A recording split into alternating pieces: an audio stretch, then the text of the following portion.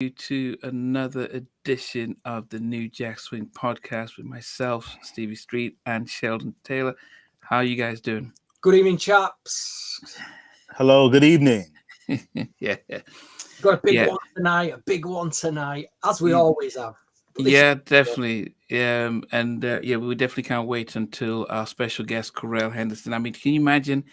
He was there in the beginning, kids at work. He was with Teddy and Timmy.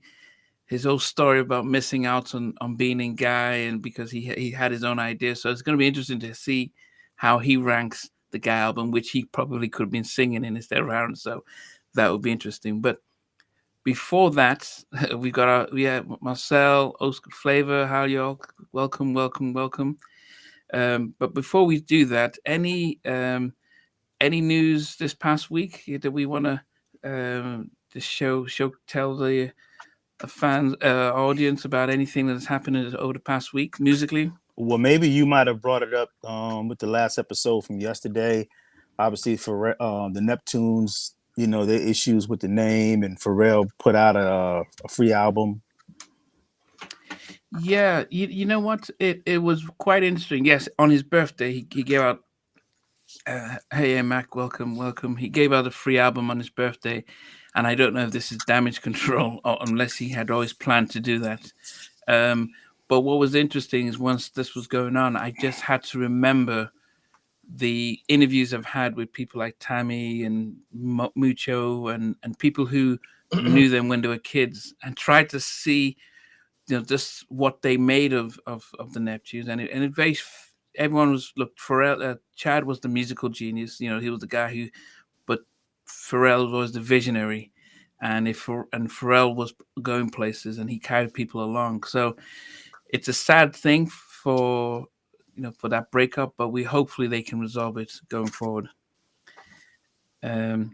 Okay, so we do have Clurel is joining us shortly, so he's logged in, but we'll bring him in shortly. But just another thing, the other thing I just wanted to touch quickly was last week we had the R&B block party, which was when we had all the acts that came to Wembley. At last minute, Blackstreet invited me. I went down to see them. It was okay, and people, don't forget to listen to that Cowboy Carter. When Texas Hold'em Up came out, I was saying, well, it's a good track.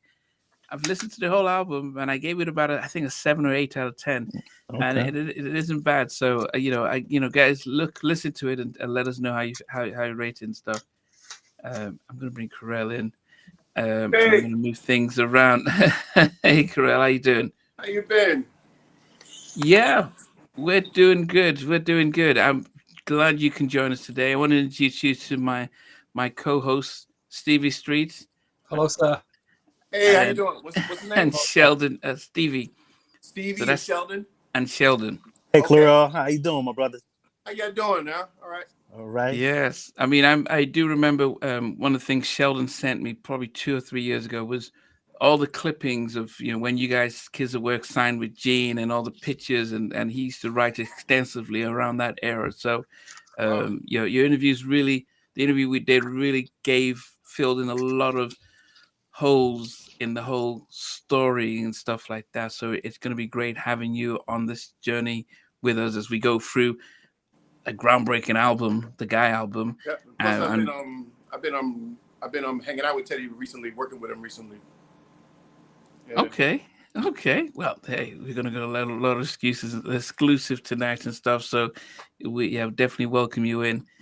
Um, well, before we start on that, Steve, was anything that you wanted to add for the past week? Just I'll give a shout to Colin Mills, who's just dropped a message there. Colin was part of a group, a UK New Jack group in the early 90s called Boys in Control.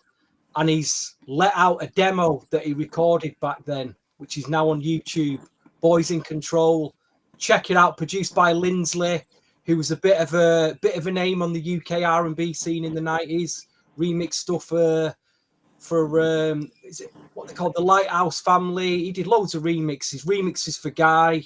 But Boys in Control demo is out now if you want to on YouTube. If you want to check that out, bit of New Jack history. And I've also got a story for Mr. Clurel as well, which is going to blow his mind a bit. Yeah. But Clara, do you want to introduce yourself? I know you're a vocal coach, but it'd be great just to get for those who are joining in, who might be like, who's this? Who's joining them today? Do you want to introduce yourself? Sure. Okay. So as you know, my name is Clurel Henderson. I used to be in a group with Teddy Riley when we were kids. Group called Kids at Work that morphed into Guy. With Aaron, taking my spot. Well, a spot that that was vacant. That was once mine. I eventually became a vocal coach. I have a place. I have a school called Vocal Charm School. It's NYC Vocal Charm School on Instagram and Vocal Charm School on YouTube as well. And that's what I do right now. And that's what I'm doing right now. That's why I am. And I was actually in the studio with Teddy and them when they were doing the Guy album. Wow. So yeah, we've so what our plan today is that we've the 10 songs on the Guy album, and we're going to do is we're going to start from the 10, and each of us are going to say, well, what's our least favorite on the album to number one, what's our most favorite, and we'll go. It's a round robins, and we go around, and it'd be great for you to also have your ideas to who would I put that what would my least favorite on the album to my most favorite. Okay. Yes. Well, Stevie, because I started last week, so Stevie, you wanna go then? Let's get a bit of background on Clurel first, because it's stuff I want to ask. Say it again. Okay, go ahead. Yeah, Clurel. There's just a few bits that I know you've already done an interview with Nnamdi. Hold on just a second. Let me just turn this air conditioning down because I can't hear you guys that well. Okay. The old air conditioning there playing up. He's got a nice plant in the background there, hasn't he? Yeah, he plays the guitar and the drums and the keys. And the bass. And the bass. Okay, yeah, just rub that in. Okay, go ahead, Stevie. Yeah, there's just a few things. I know you've done an interview with Nnamdi quite a while ago, which I did watch, and you revealed a lot of gems in that. You was talking about you had a deal on the table for MCA Records. Can you elaborate a bit more about that? Well, I mean, there's not much to elaborate on. Only in that I turned it down before it was actually, any paperwork, drawn up or anything. I had an independent deal at the time, and a mutual friend of ours named Dave Peasley, who worked with Teddy and them, who helped them get signed. He called me and told me that Teddy and Gene had a solo deal for me on MCA, which I'm sure they could have gotten by now because Guy was already really, really hot at that point. And I turned it down because I was already signed and I wanted to be loyal to the people I was already signed to, which was pretty much a dumb thing to do. I'm just thinking, if you would have signed that deal and they'd have give you an album to make, who do you think would have worked on it production-wise? I'm just playing devil's advocate here, I would imagine that Teddy would have. This is what I'm thinking. What have we missed out on here? What have we missed out? I'm thinking, what have we missed out? We could have missed out on one of the greatest New Jack solo albums of all time here. Clurel Henderson, produced by Teddy Riley and, I don't know, Gerald Levert and, Alton Wookie Stewart. It could have been a magical New Jack album that we never got to hear. It could have been. I don't know. I really don't know. You know what I mean? Who knows? I mean, when after you released Her Town, which you said wasn't the mix that you originally did, had you recorded other New Jack style tracks around that time? Wait, I'm sorry. You said have I recorded New Jack? No, yeah. Style? Around the time you released, was it Her Town? Do you remember that your single? Her Town, yeah. Had you made any other New Jack swing type tracks or demos? I'm sure I did. But I was more into what New Edition was doing and what the Jackson 5 had done years before. You know what I mean? So I was literally trying to recreate that. You know what I mean? I guess I was still doing bubblegum when Teddy and them was still doing more of the adults, New Jack swing style. You know what I mean? And we both know who was right out of the two of us. So what led So So- go on, Sheldon. I'm sorry. So what led you to kind of like stay in that lane in terms You of know the what it Ralph is? Tresvant It's just that New Edition? I just love the Jackson 5 so much. Like to this day. To this day, I still recreate. I recreate songs that feel something like what they did. You know what I mean? I just loved it so much where it could have even hurt me at the time. You know what I mean? Because the world was ready for what Teddy was bringing forth. And the first indication of that was before we broke up. We had gotten back together at some point. We did a demo, and we had a few songs on the demo, and it was a song called "So Bad" on the demo that sounded. It was like really. It was a lot like New Edition, and I was singing lead. And then it was a song that Teddy had. Matter of fact, Teddy had did a song on Boy George called "Don't Take My Mind on a Trip." It was originally his song. He sang lead on that song originally when he was a kid. Yeah, and to me it was better. And that song was on the demo. And the record company that I managed a ticket to at the time, they liked that one more than they liked the one I did, or the one I sang on.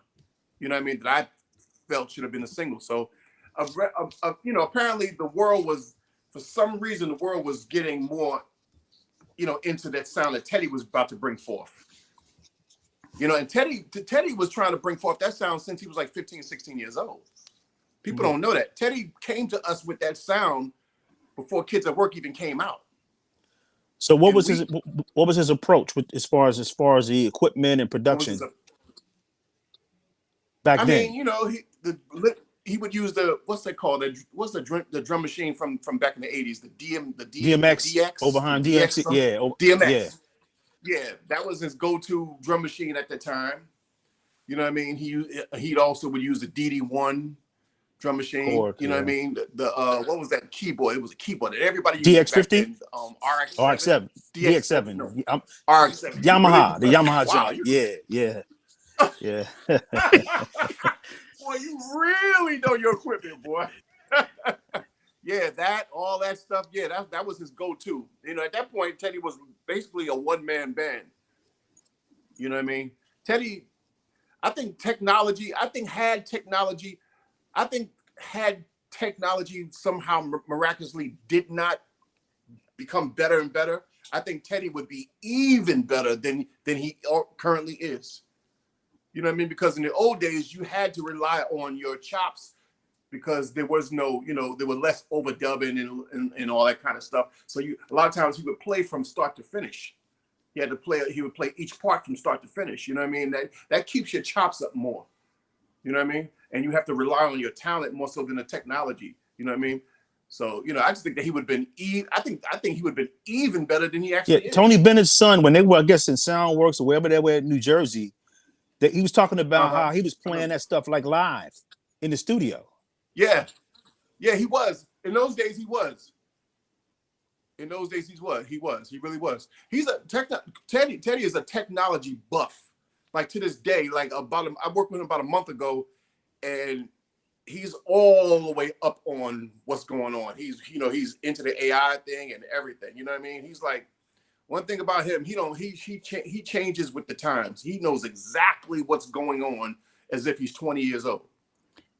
You know what I mean? So yeah. I mean, it's good to find out that your relationship with him has, despite the success with Guy and stuff, that you still maintain a good relationship as well. Because it's not his fault. He has nothing to do with my lack of success. It's my own choices. You know what I mean? Like me not being a platinum pop artist. You know what I mean? It has a lot more to do with me just being shy. I've always been the type of person that you could have $1 million and I could owe rent and I wouldn't ask you for a dime. You know what I mean? I've never asked him for anything. I've never asked him for any. Like I've hung out with him, riding around his car, or I've been at his house or whatever, and I never asked him for anything. You know what I mean? If he doesn't offer it, I'm not asking for it. So that's a good thing, but it's also a bad thing because I never asked for a record deal. You know what I mean? So, but that's very unique though, because a lot of those artists, that's one of the things that they have. They don't mind helping people, but it's like a catch-22. is that everybody has their hand out or whatever. So in your case, Yeah. their relationship is still equitable because you're dealing on the strength of friendship. So it allows you all to, like you said, to come back and work together and things like that. So that's really good. That's really good. Yeah, because I work with him. I'm around him with this mindset. What can I bring to the table? Can I make your life easier? You know what I mean? Are you overwhelmed? Do you need me to write this song for you? Do you need me to play this for you? You know what I mean? That's why I always let him know I can do this, I can do that. You know what I mean? He had me write a song for him about a month and a half ago. You know what I mean? And we got to get back on it. That makes his life easier as opposed to saying we used to be down back in the day. Can I get a you know what I mean? I don't get down like that. I'm a man. I make my own money. You know what I mean? Colin Axe did. There was this. Bobby Brown had a song called "She's My Lady." Was that? It sounded. Was that Kids at Work song? Exactly, Kids at Work. Yeah. That was Yeah, I mean, he used that. That was basically based off of the Kids at Work song. We had royalties for that. It was a single for that. Fun. What did you say, Steve? Single, because I've got it on a 12-inch. It was a remix album that Teddy had did with Bobby Brown. It was some kind of remix or something. Remix in the key of B. Remixes in the key of B. No, but on the Kids at Work, there was a 12-inch single. Who is this guy? She's My Baby on it. This guy really knows his stuff. He said mixed in the key of B. Wow. Yeah, remixes in the key of B. From, man? Yeah.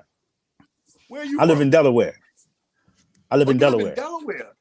Oh, you're right near me. Okay, because right now I'm in New York. I travel between New York and Baltimore. You know what I mean? And okay. So, and I'm eventually got to go back to Dallas with Teddy and them, like next week, I think. Next week or the week after.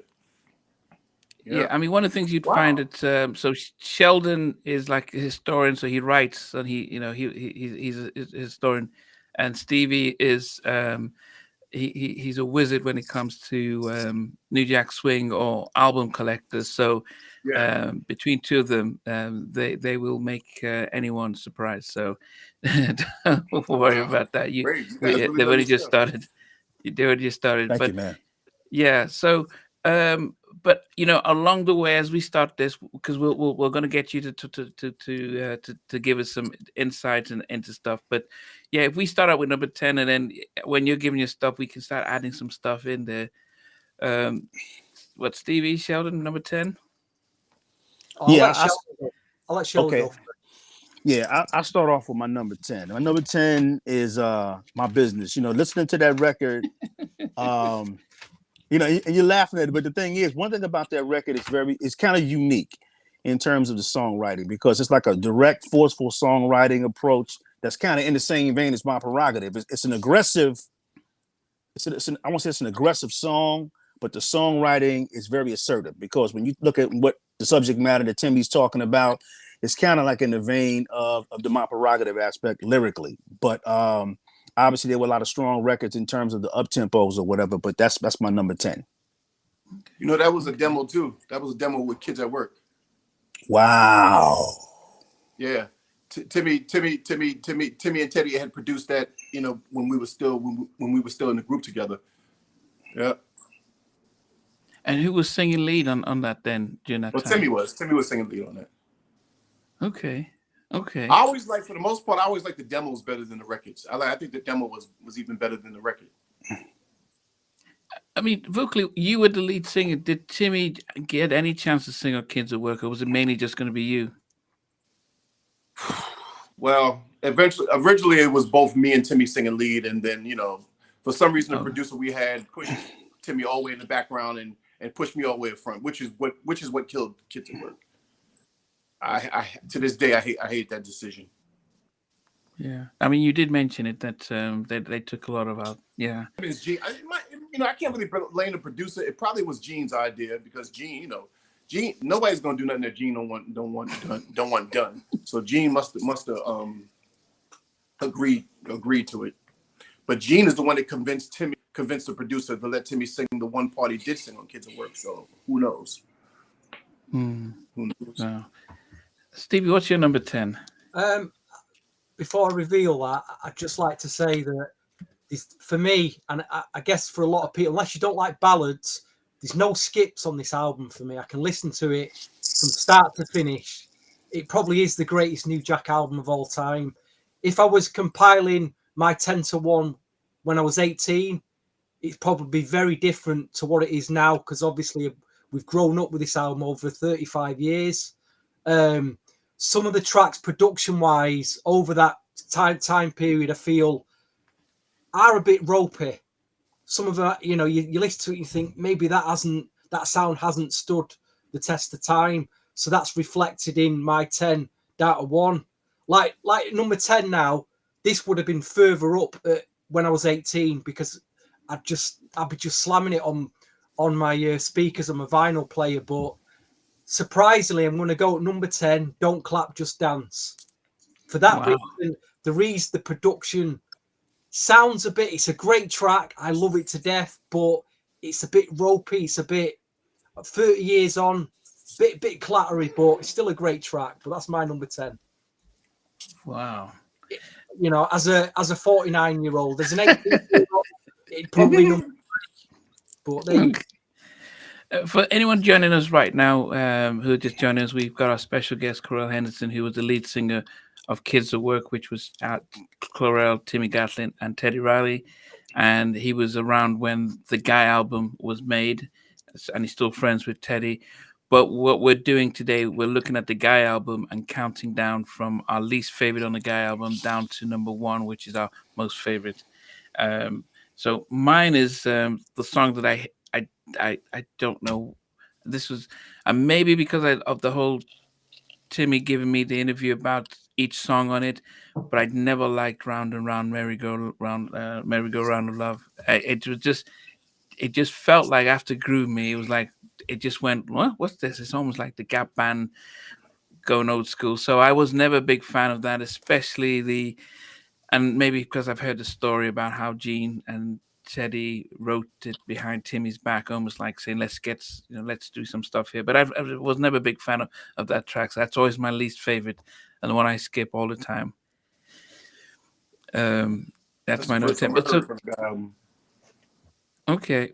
What for yourself, Clurel? If you're thinking about your least favorite, what would be your least favorite on the album? What would be What's the name of that? The other ballad, not "Piece of My Love," was the other ballad. Goodbye Love. Goodbye Love. For some reason, that I listen to that the least. I just listen to that the least. It's not like I like them all, but that's the one I listen to the least. Wow. Okay. Yeah. It's going to be an interesting show today. Okay, so we've got down. Sheldon, You know what also can be? That's the only song that I didn't hear before the record came out. Oh. Everything else I had an experience with. Matter of fact, no, I take that back. I never heard "Piece of My Love" as well. I never heard "Piece of My Love," and I never heard "Goodbye Love." Every other song I heard before the album came out. Okay. Wow. Sheldon, what's number 9 for you? Okay, my number 9 is Round and Round, Merry-Go-Round of Love. But I need to clarify something, Clurel. Was that the first single? The first single? Yeah, because I was doing my research and I saw that was released like a month before Groove Me. So I don't know. It was? Yeah, I was doing some research and they had that album that came out a month before Groove Me. And I know the video was in heavy rotation, but I don't know if it's because the song, they had a video for it that was in heavy rotation on BT. But it just threw me for a loop. Like, wow, why is this the very first song? But then when I looked at the date that it was released in April of '88. But then Groove Me comes out in May of '88. So I'm thinking that maybe, Merry-Go-Round wasn't really such a strong single. And they just put out Groove Me, right behind it. But I wanted to just kind of clarify since you were in the studio when these records were being made. I wasn't in the studio when Round and Round was being made, because Round and Round, me and Teddy had ran into each other in downtown, and that's the first song he showed me. Mm-hmm. That's the first song he showed me. Then shortly after that, I went to his house, and that would be there while they were recording a lot of this stuff. But yeah, that's the first song he showed me. I never knew that was a single before Groove Me. Wow. That's why I saw the dates. I was like, wow. You know, it does. It makes sense for the fact that when Timmy explained that when he was out, that was probably one of the last songs they recorded that was made. However, it was made behind his back, and Gene had some writing credits on there, and it Oh, made okay. sense that Gene was trying to say, you know, Timmy's he's gone. Let's push this out first. My single, my kind of stuff, not given without Timmy, and he did. Timmy did say that Uptown MCA weren't happy about it because it wasn't the strongest song.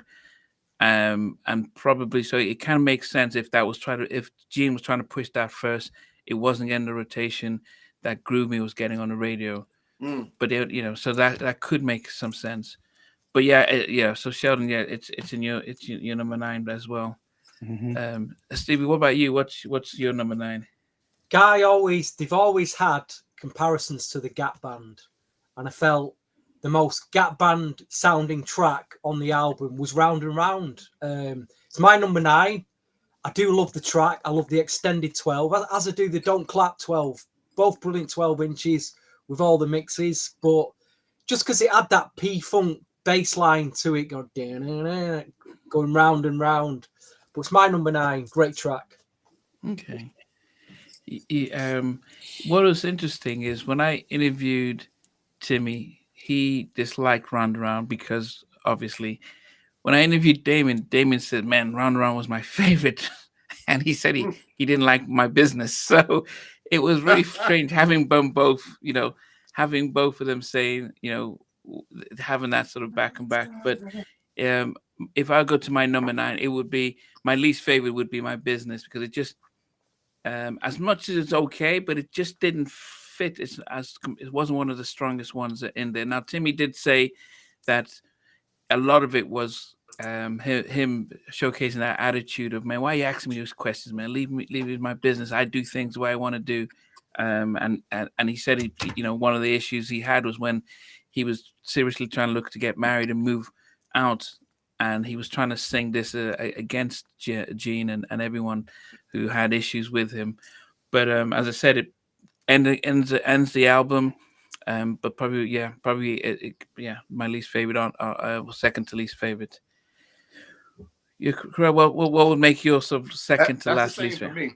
The same for me is on My Business. I always felt that My Business was something that it just sounds like it sounds like it should be on a different album. It doesn't sound like the rest of the album to me. Mm-hmm. You know what I mean?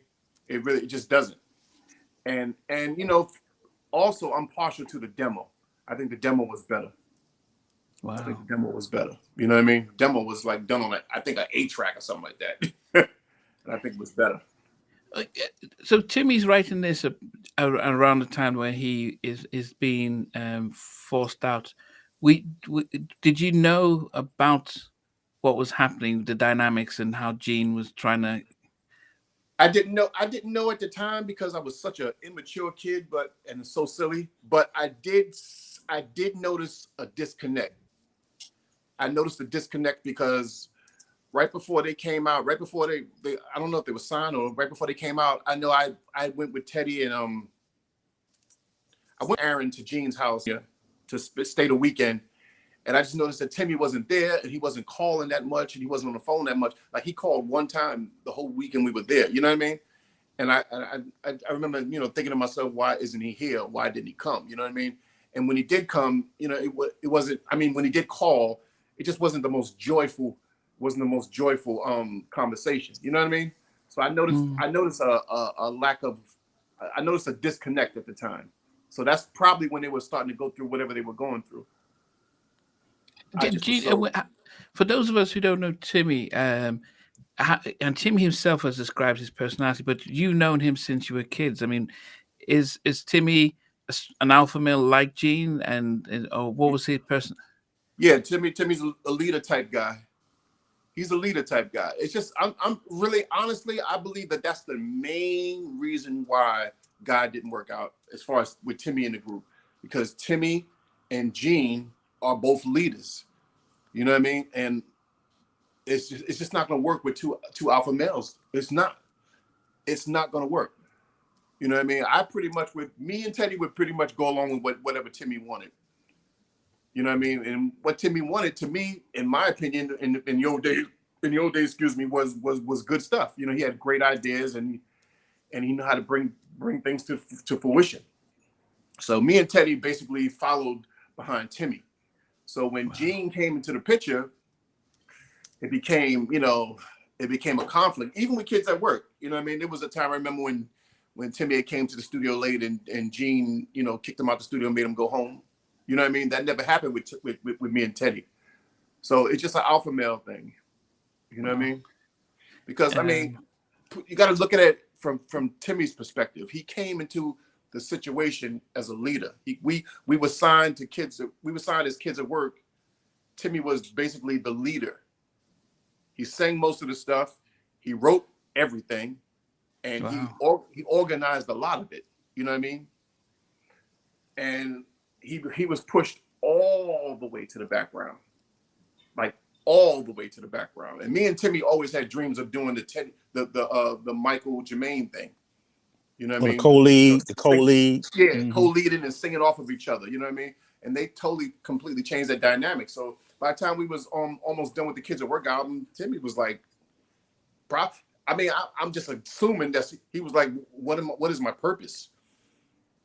You know what I mean? I'm only singing background when this was my band. Timmy put me in the group. He put me in the group. So it's like, it's weird. You know what I mean? Just to answer, Mac was asking why Timmy was put on the album. Timmy didn't sign over his rights to Gene, so MCA could not put out the Guy album without Timmy's permission, and they had to pay him to put out the album, and they couldn't put out the album without his image on it, because they'd already done the video, the photo shoots, and everything. So that was why he, unlike the rest, he didn't sign over anything to Gene, so he still had total control over the release. He could have said, no, we're not going to release the album, and they couldn't have released it. So he was paid to get the album released and also to make sure his image was still on the album. Yeah, Timmy is smart. Timmy is the R&B Ice Cube. You know who I am? I'm the what's the guy name that used to be with NWA but was never what's his name? Something Prince. Something. Arabian Prince. Prince. That's who you are. I'm Arabian Prince. I was there, but I wasn't there. You know what I mean? Teddy is obviously Dr. Dre. Oh goodness! Aaron is the DLC. But when okay, so here's it. When did you meet Aaron? Was it after? Did you know him before Timmy? I met Aaron right when he got in the group. I was out like I was telling you before. I was out dancing, doing what I do. And I saw Timmy and Teddy in this club, and they had Aaron with him. You know what I mean? And he was real cool. We hung out for the whole night. We had a ball. Wow. But vocally he was a lot different than you, because that's the complete opposite. Like, it's literally, I'm telling you right now, the whole world would be different if Aaron and Teddy didn't come together. If I was singing on the Guy album, it'd be a totally different legends as far as the 90s. You know what I mean? If it would have been a hit. You know what I mean? Because Aaron is the total opposite of me. Aaron had a very adult voice. A very adult voice as a young kid. Very adult. You know what I mean? Where we all had, like more like Ralph Tresvant, El DeBarge type of thing, going on. So would you consider yourself back then when you were singing those records, you were like the singer Brian Loren? Were you guys like that? Ryan Loren, who's that? He was a guy. He was the producer. Brian Loren. Yeah, Brian Loren. He had a song called Lollipop Love and some other records. He had like a medium to like tenor voice or whatever. And at that time when that music was out, I heard that song before. Yeah. Yeah, that's the one. Yeah. Yeah. That's what I figured. Yeah. Okay. More like DeBarge, Michael Jackson. If DeBarge, Michael Jackson, Ralph Tresvant. That's what we were doing mostly. Okay. Yeah. But you know what is interesting that you're saying that, because when I interviewed Hadestown, so Shazam said he sounded the same way. He was chasing the Michael Jackson Ralph voice, but when the whole Jodeci and R. Kelly came out, they realized that Dino's voice suited that. So it was like, look, man, that's vocal that you have isn't going to carry us. So that's when Dino became the lead singer of Hadestown. So it was interesting that but it was when you catch it. So you said that you wanted to stay in that lane because it was successful. So you can't argue with what New Edition were doing and the Mackle and those. It's understandable to be in that. But could you have changed though? But during that time, the girls over like responded to you singing so high. During that time, that was the hot record. It was like the tenor falsetto. That was the style. That was the style that had replaced everything that come before that. And then, like you said, when Aaron came, all of a sudden that church vocal on the young side that came back, that was the style. Yeah. See, my thing was always that most guys sing in a chest voice.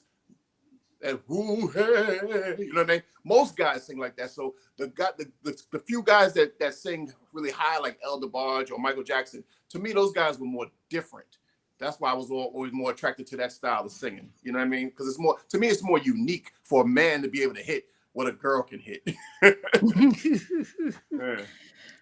Sheldon, number 8. What's your number 8? My number 8 is Piece of My Love. Whoa. Wow. Goodness. Okay. Yeah, my number 8 is Piece of My Love. Okay. Okay, that's interesting. Yeah. Stevie, what makes you number 8? Oh, before we reveal that, a couple of questions, Clurel. We did an interview last night with a guy over in the West Coast, artist producer called D. Levance. I don't know if you've heard of him. No. Well, he was around in the 80s as a teenager, and he learned how to mix, produce, master. He had an album out in 1990, and he did a lot of remix work with Louis Silas Jr. But he told us he got a call in the 80s to go over to New York to be part of your group, Kids at Work. He said he'd never met Teddy. He said, but he actually at the time said he got a call to be in this group called Kids at Work, and he got a call from Gene Griffin. But he said as well in the interview that Gene spoke so fast that he didn't know what to make of him, and it never really transpired. I don't know if you know any. Call to be in the Kids at Work? Yes, that's what he said. Does he know what year this was? Yeah, you're talking early 80s. Well, maybe you know what it could have been? You know what it could have been? Because Gene, Kids at Work, the name of Kids at Work, Gene came from Gene. So maybe Gene had a Kids at Work idea to do a group called Kids at Work before he met us. Right. Because that was his name. Yeah, it might have been that, actually. I met few people in the industry with his name was getting around a bit as a musician and a singer, and a few people like giving him calls to sign, and I think that's probably where it came from. Probably. And tell me the name again. He's called D. Levance. He was signed to D. Levance. Oh, D. Levance. He looks like this. He looks like that. Okay. I will definitely look into that. That could be true though, because like I said, the name when we got to the record company, they had the name for us. We didn't come with the name Kids at Work. Yeah. Also, when it is a story for you. I went over to the States for the first time in 1996. I say this every week on this podcast with some friends who had a record label over in the UK, an R&B label, and they were looking to get work over in the States, like remix and production work. And we traveled all over the place, but we ended up stopping in a town called Savannah. We stopped off at a cafe, and in this cafe, there was this bandstand inside it where groups played. And all round it was boxes full of vinyl that they were selling. So I'm looking through all these boxes, and I pulls this album, Kids at Work album out. Right, I couldn't believe it. But the plot thickens. It doesn't stop there. Do you know someone called Angela? Angela? Yeah, because when I turn the flip over, right, can you see it's signed by all three of you? Uh-huh. Eddie signed it, you signed it, and it says to Angela, with love from Clurel. Oh, really? Maybe it was just somebody, a fan we met in passing. I don't know. But yeah, imagine pulling out a signed copy of the Kids at Work album. That's crazy. I just could not believe it. It was like That's I was crazy. destined. It was like I was destined to travel 6,000 miles and to find this album and get a signed copy of it. But yeah, your signature's on there. You know, I don't know how much that'd be on. I'll probably sell it for like Is there $2,000. any way you guys can send me a picture of that? Can you send me a picture Yeah, of the signatures? I will. I'll DM you on IG and send you the pictures because I did take it. Yeah, I would love to see that. That's crazy. That's like, I love to see stuff like that's like a moment in time that I don't even remember. I just couldn't. But maybe it was at a gig that you did and she turned up with a vinyl and you signed a few. Do you remember signing copies of that album? I mean, I remember doing stuff like that all the time, but right. Where's the signed copy? I tell you, when you're flying high and you think you're gonna be a big star, boy, you take everything for granted. Take it for granted. You know what I mean? I've signed money for people. I've signed body parts for people. Wow. Beautiful people, female people. I'm pretty sure they don't still have that. Oh, Stevie, what's your number 8? Number 8 is a track that would have been at number 10 when I was 18, but over the years, this has grown on me. I think this is a more mature track. The song resonates a bit more, and I like the guitar groove, but My Business it's at number 8. It could be further up now because I do listen to it a lot now. Like I say, it's really, over the years, it's really caught up on me. And I think it has stood the test of time. That's my opinion, though. But you know what? I see where you're going with it because the lyrical content, because a lot of the songs, other records, they're groove oriented. They're just up tempo records. There's strong hooks but when you look at that, My Business is a lyrical content that exists there. So I see why you feel that way. It's got a good melody, like you say. There's no the drums don't sound outdated. You know, it's a solid track that just stays there. You know, so. Number 8, so I've surprised myself with that because it would have been number 10 back then. Yeah, that song was my number. Our Rumors. So what? Remember Rumors? Yes. That song was supposed to be like Our Rumors. Wow. Okay. Yeah. If you had a second Kids at Work song album, that probably would have been on it. Yeah, I would think so. That one that one.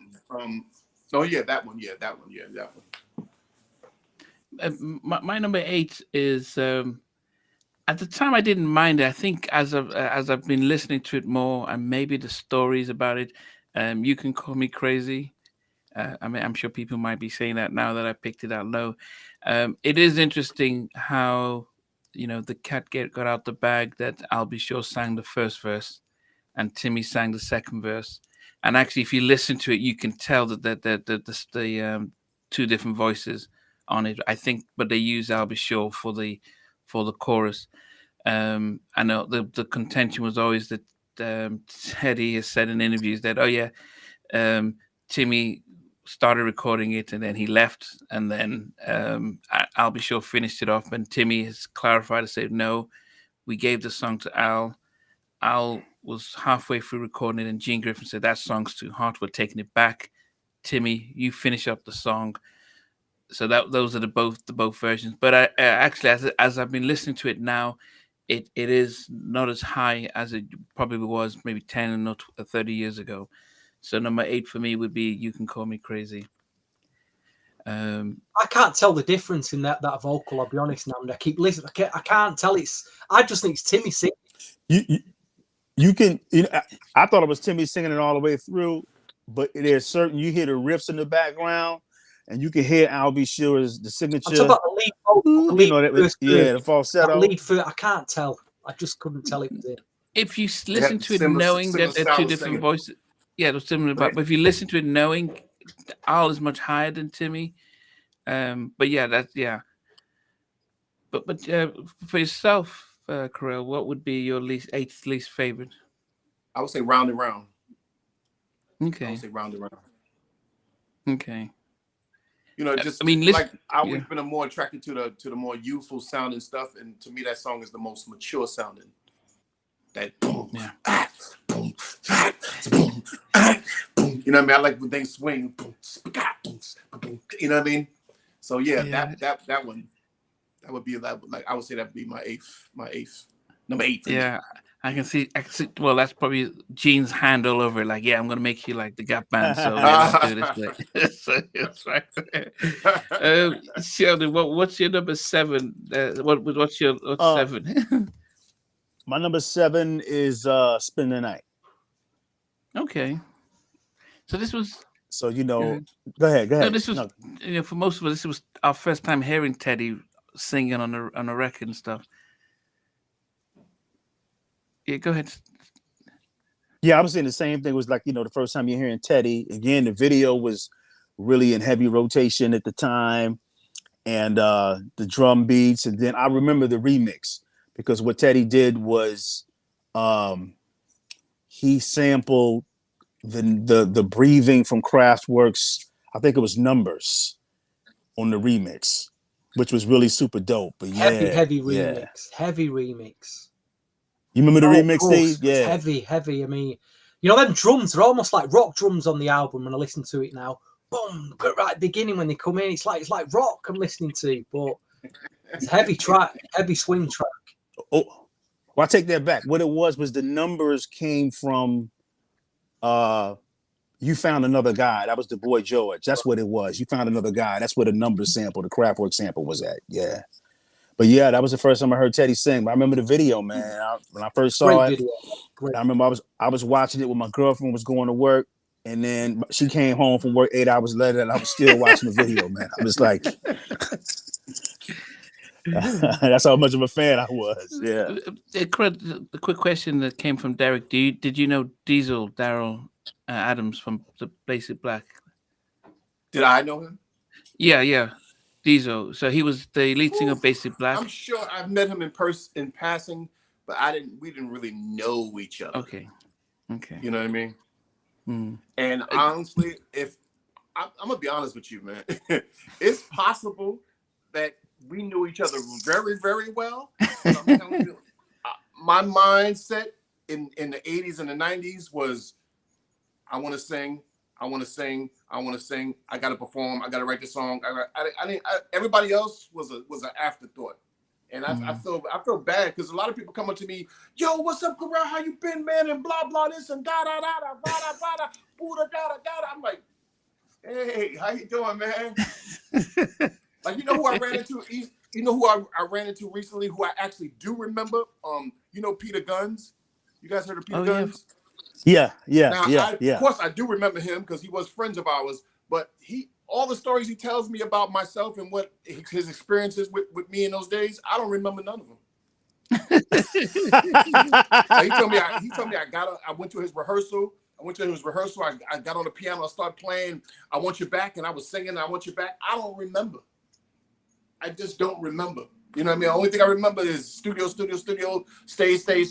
It's amazing that I'm the one that didn't really, go to the forefront, because that's all I cared about. It's crazy. Wow. Question: what was it like hearing Teddy singing for the first time? Because you've known him since a kid, so now he's singing lead on "Spend the Night." I was happy for him because that's what he always, deep down inside. I don't think he'll admit it, but deep down inside, that's what he always wanted to do. He always wanted to sing a little bit, you know what I mean? And, he stayed in his lane for the most part. He didn't do it. But when Teddy started actually singing, because you got to realize I had already heard him sing from Don't Take My Mind on the Trip. Remember, Don't Take My Mind on the Trip was on a demo, that a Kids at Work demo, before Guy even came out, before we even met Aaron. You know what I mean? So I already knew he was capable. Because one thing about Teddy, he has great pitch. Teddy don't go off key. That's why he can blow harmonies with anybody. You know what I mean? Because he's a musician. You know what I mean? He just didn't know how to place his voice in a lead singer's place. He learned that from around the No Diggity days. That's when he really learned how to do that. You know what I mean? When he was singing that version of that record back then, did he have that baritone voice back then too? Yeah, I mean, he basically sang the way he spoke. Mm-hmm. You know what I mean? He just stayed in his comfort zone and he did what he did. Teddy is capable of doing a lot more than even he knows vocally, but it's he don't care. Teddy's he's a musician at heart. He's a producer at heart. That's his first love. His first love is production. Like he's literally like I can say now with after watching him for the last couple of months, he just stays in front of the computer and listens to music and does music like he's still 15 years old. That's all he does all day long, all night long. That's all he does. We didn't hang out. We didn't go. We were supposed to go bowling. We were supposed to do all this bowling. stuff. I know he loves bowling. We didn't do nothing. I tried to get him to go running with me, go jogging with me. He was like, yeah, okay. Music. All he cares about is music. That's why he's successful. That's all he does. Right. You know what I mean? I finally got him to, like, I got him for a second, just for a second, say, oh, Ted, can you call Timmy? Can you FaceTime Timmy? Me, you and Timmy haven't been in the same space since the 80s. We haven't seen each other since the 80s. FaceTime. I got him to FaceTime him. It was a beautiful experience. I almost cried. Timmy Gatling. I hid it from them. I was like, I'm gonna fight these tears. And then I got him to call Bobby Brown. I got him to call about Bobby Brown, but Bobby Brown was performing at the time, so his wife picked up the phone. Okay. So I still haven't reconnected with Bobby Brown yet. But what about with Timmy? So this is recently. So this is after the whole. Yeah, this is like about a month and a half ago. When I first about 2 months ago when I first got to Dallas, the first day I got Teddy to call Timmy. It was just like regular. We was laughing and joking, and Timmy making fun of Teddy having gray hair in his beard. I'm sure we all got gray hair. I just like to dye mine. You know what I mean? It's just like no time. It's like it was like as if no time has passed. It was do you wonderful. think that could ever come back though? Kids at work. I mean, do you think the three of you could just do something? Honestly, I mean, you know why I don't think it'll happen? Because I don't think Timmy's interested in that. You know what I mean? I don't think so. Teddy still tours, he still produces, he still does music. I still produce, I still sing, I still do shows. I know Timmy still produces and writes. I don't know. I haven't heard anything about Timmy being interested in anything to do with artistry. He did consider when I spoke to him twice. If he had been given a call to go on the Legacy tour with Guy. Oh yeah, I saw that. I wish he would have. He'll do that because I mean economically, that's perfect. Yeah. But it could be something to consider. It could be something the three of you can consider, though. Just the three of you just saying, let's just, like the 5 Heartbeats or something. Just, just re-recording one of your tracks and just shooting a video and just for nostalgia, stuff like that. Just, it's so. If we'd have had one hit record, one real legit hit record, then it would have been something that would have made sense. But because there was no hit record, no real hit record, it was just hit records in regions that.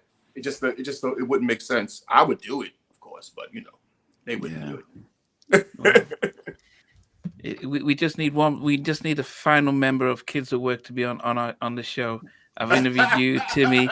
It's just Teddy who's the final piece of the jigsaw to see if you guys can just float around him. I did talk to Teddy about doing your show. I did talk to him about doing your show. He's working on a documentary and a movie or something like that about his life, and that's why he didn't want to do it. I think he'll do it after that situation is done. But I tried to get Teddy to do your show because I'm like, yo, you really need to do this guy's show, man. He's a really, really big admirer of you, like really big admirer of you. And he said, yeah, I know about that show. At least he knows about it. He said, yeah, I know about that show, but he said I can't do it now because I'm working on a documentary about my life. Those were his exact words. Yeah, so, and I remember you told me it right afterwards, and so I would definitely appreciate that. You know what? My answer to that would be, if he came on and had a more up-to-date connection with the listeners and the fans of Halftime Chat and was just more amenable, his documentary would be far bigger. Yeah, Because I believe so. He don't have to come on here and tell us everything, but the fact that he's on here relating to his fans and people can see him, he can plug things he's doing, and it'd be far, far bigger. But who am I? He does. I know for a fact he watches this show because I think that this show. I honestly think that this show is what made me and him is what got me and him to reconnect physically. You know what I mean? Like we've spoken in passing. We've spoken in passing through the years, you know what I mean? Like, or I've contacted. We've spoken to each other on Instagram and all that kind of stuff. We follow each other, but it was this interview that I done with you, I believe, that made him actually reach out. You know what I mean? I don't even know if it's true. I believe it's true though. Life. We're all at an age now. Life is so short. We don't know if we're going to be here next week or not. Like you say, as men, that's what I'd say to Teddy. That documentary that you want to come out may never come out. That's what I'm saying. You've got an opportunity here to come on, connect with your fans whenever you want, talk about whatever you want. You don't have to tell us everything, but whatever you're doing would be far, far bigger. There's another name in this Kids at Work story that hasn't been mentioned. And again, I like to, try and find out people's histories who were part of this New Jack thing. A guy called Orville Gilchrist. Do you know? I found this very, very rare album from '94. It's called The Original Chris Brown. It's like R&B New Jack's incredibly rare, but the whole album's produced by Orville Gilchrist. Now, when I checked the Kids at Work vinyl, his name's on it as well. Can you tell me something about Mr. Gilchrist? Because I don't know anything about him.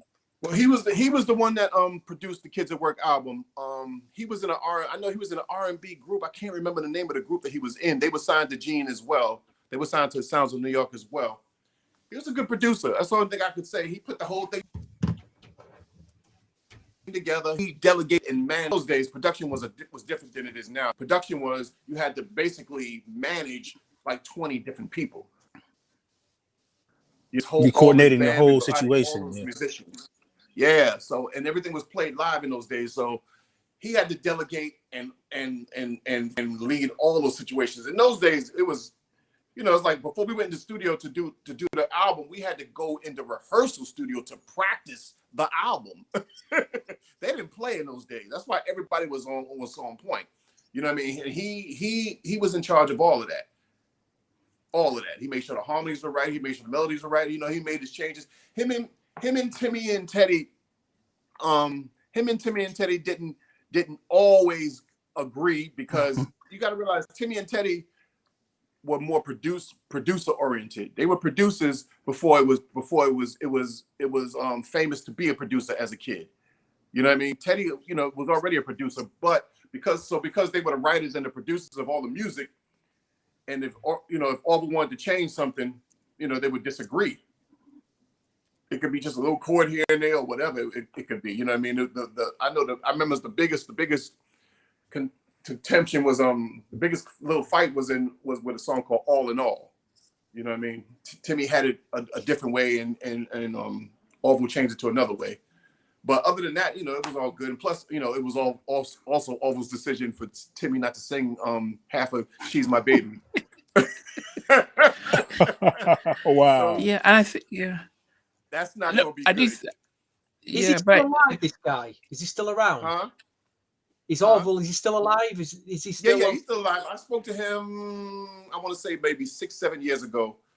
I got to call him back too. Yeah, I spoke to him about 6-7 years ago. I know he's married and he's in the South somewhere. I forget exactly where he's at. He's in the South. I actually have his phone number. I need to call him. But I think that's the thing about that album is the fact that Timmy and Teddy, who were writers and producers, if they were allowed to do it the way, not just produce it, but mix it, because Timmy said he was upset the fact that they could have done the album better than it finally came out. Yeah, it would have been better. Yeah. Wow. It would have been better. The reason why I say it would have been better because Okay. all the demos and all the you know how when a band would lay down music before they mix it, all the songs before they mixed it were better. Hmm. That album would have been even better to me. Yeah. Stevie, we're at number 7. Probably the most heart-rendering track on the album. You got to hear Tammy Lucas on this. It got remixed and sampled years later on a Blackstreet track. It pains me to only be at number 7. It's a great track. It's Goodbye My Love. Brilliant Quiet Storm slow jam. Brilliant record, you know. Wow. Brilliant record. Wow, at number 7. My number 7 is Spend the Night. I mean, I think when you think of it, it is one of the more New Jack tracks on the album. You know, very different from Groovy. It was like the sort of the almost like the, well, I won't say the blueprint for New Jack because he's already done I Wanna and Prerogative and Just Got Paid, but this felt like it was in that vein. But yeah, that made my number 7. What about yourself, Clurel? What's just And Matt gives me a yellow card. yeah, that's what you call a red card, and he's just I would say Piece of My Love. And not that I like it. I love Piece of My Love, but you know, when you listen to the Guy album, to me, you're going to be more attracted to the up-tempos more so than the ballads. You know what I mean? Because if you notice, even the ballad is funky, like boom, boom, boom, boom, boom. You know what I mean? It's like, you know how some ballads are really pretty and melodic. That ballad is more funky. You know what I mean? So if it's because it's funky, I'd rather listen to the up-tempo funky. You know what I mean? Okay. So yeah. Okay. Because if you sped that song up, it would be a nice up-tempo. Boom, boom, boom, boom, boom, boom. You know what I mean? So it's like it's funky. What was it like? Because when I spoke to Timmy and I said it always sounded as if Aaron was singing in a cupboard, and he says, "Well, because we recorded that in Teddy's bathroom, and then we just took the mix, and then it was pretty much what we recorded in the bathroom is what's on the album." So I'm like, yeah, because it always sounded like the echoey. It didn't really sound like he was in the studio singing and stuff. But did you listen to that and think, oh, I could? What would you have done differently on that track if you sang the ballad? How would it have been more like sensitivity or if I would have sang it differently? I mean, yeah, if you sang it instead of Aaron, how would you? Okay, that's it falling off. Oh goodness! I don't know. That's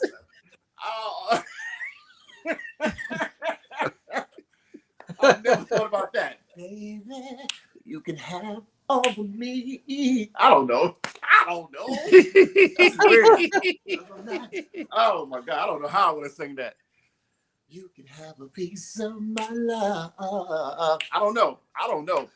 It's a very alpha male song. Very alpha male song. Aaron is the ultimate singer. Yeah. Wow. The ultimate singer. I take my hands off to him. He's a bad boy. I don't think I would have done it better. That's for sure. I just would have done it differently.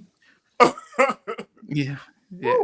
But but then again, it's the lyrics, it's the music, and then we vibe with whoever's singing with the singing, because Keith's first album was not based on the singing; it was based on the music and how he delivered it. But so you could see great music. It probably would have, who knows.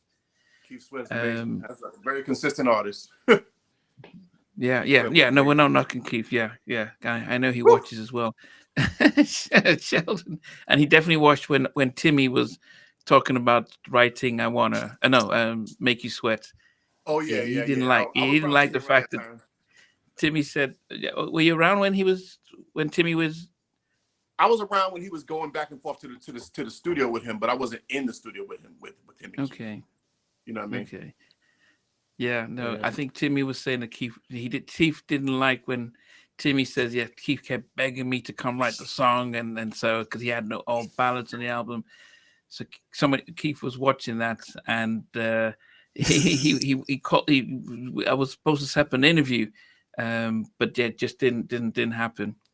Sheldon's number Timmy 6. Timmy and Keith Sweat. Timmy and Keith Sweat got the most competitive camaraderie I've ever been around. Boy, them two are so competitive with each other. I remember one time, man. I'm sitting in between them. They was both debating on what was the record of the year, "Groove Me" or "I Wanna." I'm like, wow.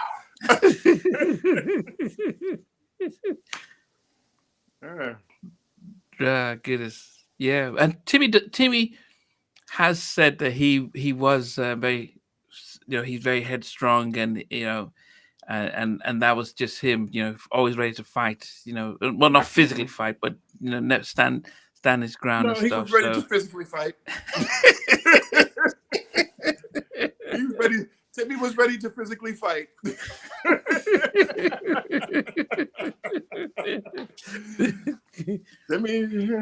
Timmy talk a lot, but Timmy will fight you. He damn sure fight you. Who did you know first, Timmy or Teddy? Timmy. But I met him like within the same probably month of each other. Okay. Yeah, Timmy introduced me to Teddy. Okay. Wow. Sheldon, number 6. Number 6 for me is I Like It. It's odd because everyone loves this record. You would have thought if Guy never ever put out a record and I Like was the only record they put out, they really would have loved that. I mean, I don't know if I think it's just people love it because it's got lyrics you can sing along to it. Like a lot of the records, Groove Me and Don't Clap, Just Dance, they're hook driven. But everybody seems to love that record, man. They love it, And sometimes when they talk about like 90s music, sometimes they categorize it as like a 90s record because it's in that vibe, man. So yeah. Yeah, I never understood how it I don't know what the trend was. Maybe a dance or something. It just blew up and stuff. And Damien said that one of the issues that Guy had when that particular track had its viral moment during the pandemic is that they didn't capitalize on it. So he wanted himself, Ted and Aaron, to shoot a video of them singing it to really then say, "Oh, guys," But it was because there was never really a video for it. So he wanted to try and get them to capitalize on it. But I think Aaron was in hibernation and just didn't get involved. But they could have done something with that to really boost themselves. Okay. And that's the groups at that time when that song came out off the album, that's their highest charting record on that album. And they didn't do a video. I know they used the Soul Train one, but yeah, okay. I never understood why they didn't do a video. We haven't told Clurel yet, but on this, when we do this show every week, these top 10 rundowns, we have if we don't agree with certain decisions or we think it's a bit, we give each other yellow cards. So 2 yellow cards means you're off the show. A red card is like you're drunk. And Mr. New Pack gives Sheldon a red card straight away for I Like. I like being at number 6. Key thing what Sheldon said there is everybody likes I Like. Yeah, got a yellow card for that, Sheldon. I mean that's a beloved record. I just Yellow card, I have other favorite records. I have other favorite records, man. But again, it's in the middle. It's in the middle. So what about you, Stevie? Number 6. Clurel, did you know Zan, and have you any stories about Zan Akwart? Who's that? Zan, ZAN. Zan? Yes, Zan the Man. know Yeah. him, and do you have any stories about him? I've been trying to get in touch with him. I can't find him. Please, we need his story. I can't get in touch with him. I found his Facebook.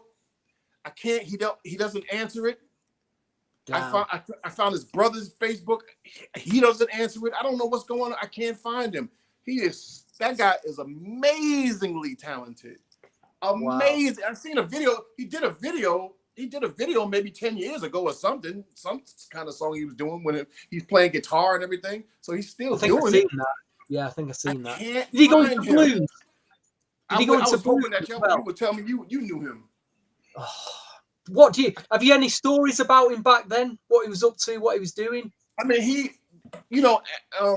I don't know if you noticed, but Zan is the one who wrote what's the song by Today? Why you getting funky on me? Why you get funky on me? Why you get funky on me? Yeah. Yeah, that was supposed to have been a Kids at Work record. Wow. You know what I mean? Wow. Yeah. It was totally different though. It was totally different. But we, you know, like we only it was just a hook that we had. You know what I mean? It was a totally different song though, but but that's where they got it from. Zan, one thing I love, this is what I love about Zan. Zan had a, like, if you notice, me and Zan had a similar vibe, similar look to each other. And Zan and his brother was signed to Kids at Work. To Gene first. And when we came, Gene and the rest of the company just basically put everybody else on hold and was dealing with only us. And Zan never felt any kind of jealousy or animosity or any kind of negative vibe. He was always encouraging. I would go out if I'm out and about. I run to Zan. He's like, "Yo, this man right here, he got a #1 record coming out." And he was talking about he really loved "She's My Baby." That was like his favorite song on the whole album. Nothing but positive vibes from this guy. That's why to this day I wish I could find this guy. Do you remember his album? Because he signed to Warner Brothers. Do you remember his album on Warner Brothers? Zan's album. Yeah, I remember he signed to Warner Brothers. I remember. That's the last time I saw him when he had got right before he got that deal. Did you ever listen to that album at all? Can you even remember that? I wasn't around when he did the album. And like he had this song called Miss and Make that was so amazing. He was an amazing writer. Like I wish I could find him. He had a song. It was like, "Said is miss and make, a give and take. Always love it, the heart you break." I mean, fly song. Wow. Fly song. I wish I can't find him. I need to find him. Yeah, I was told. Somebody told me he's quite reclusive now. He's quite reclusive. So yeah, I mean, I'll give you his email address because Spec from Basic Black he reached out to me because he says he gave me his email address, but he says he's trying to shun the he's trying to keep out of the limelight and the business and stuff. But I reached out to him. This was about a year ago, and he never responded. So I just didn't really follow it up. But I'll pass you his email address, so maybe he'll respond to you and stuff. Definitely give him his email address, and if I get in touch with him, I'll get him to do a show. I'll get him to do the show. It's not a case of, I know, if he wants to stay out the business, fair enough, but he just needs to, for historical reasons, just tell his story. So it's always on here then. For fans, let's remember him. Let's remember the guy and give him his flowers because he deserves them, Yeah, he's very talented. Very talented. He could sing his ass off, good guitar player, everything. He could really write. He's extremely, I thought he was going to be real big. Like real big. I don't understand it, but it is what it is. Stevie, number 6. Number 6. I felt Guy made. No, not yet. Clurel, it's Stevie, then myself. Right. Then. Okay. Sorry, I was going to say Guy made 3 classic ballads for me. Obviously, Let's Chill was one of them. Goodbye, My Love. It's a classic for me. And the third one, as we've mentioned before, well, you just mentioned it before, Piece of My Love. But it's a number 6. But like you say, we listened to that Guy album. We didn't listen to it for the ballads. We listened to it for the swing tracks. But there's 2 great ballads on there. You can't ignore them. I still play them to death now. It's a number 6. Could have been easily higher, but the tracks that are in front of it are just as big. So that's it. That's it for me. Number 6. Okay. My number 6 is Teddy's Jam. Wow. Yeah. Well, that's the first yellow card, Nnamdi. Teddy Jam. It used to be higher. Then I think I prefer Teddy's Jam to it. But I think once I've listened to the album a lot more, and I think I'm heavily influenced by some of these because Timmy went through every song on the album and told the stories about writing it and how it came about. And I think that influenced a lot of how when I listened to the song, remembering that.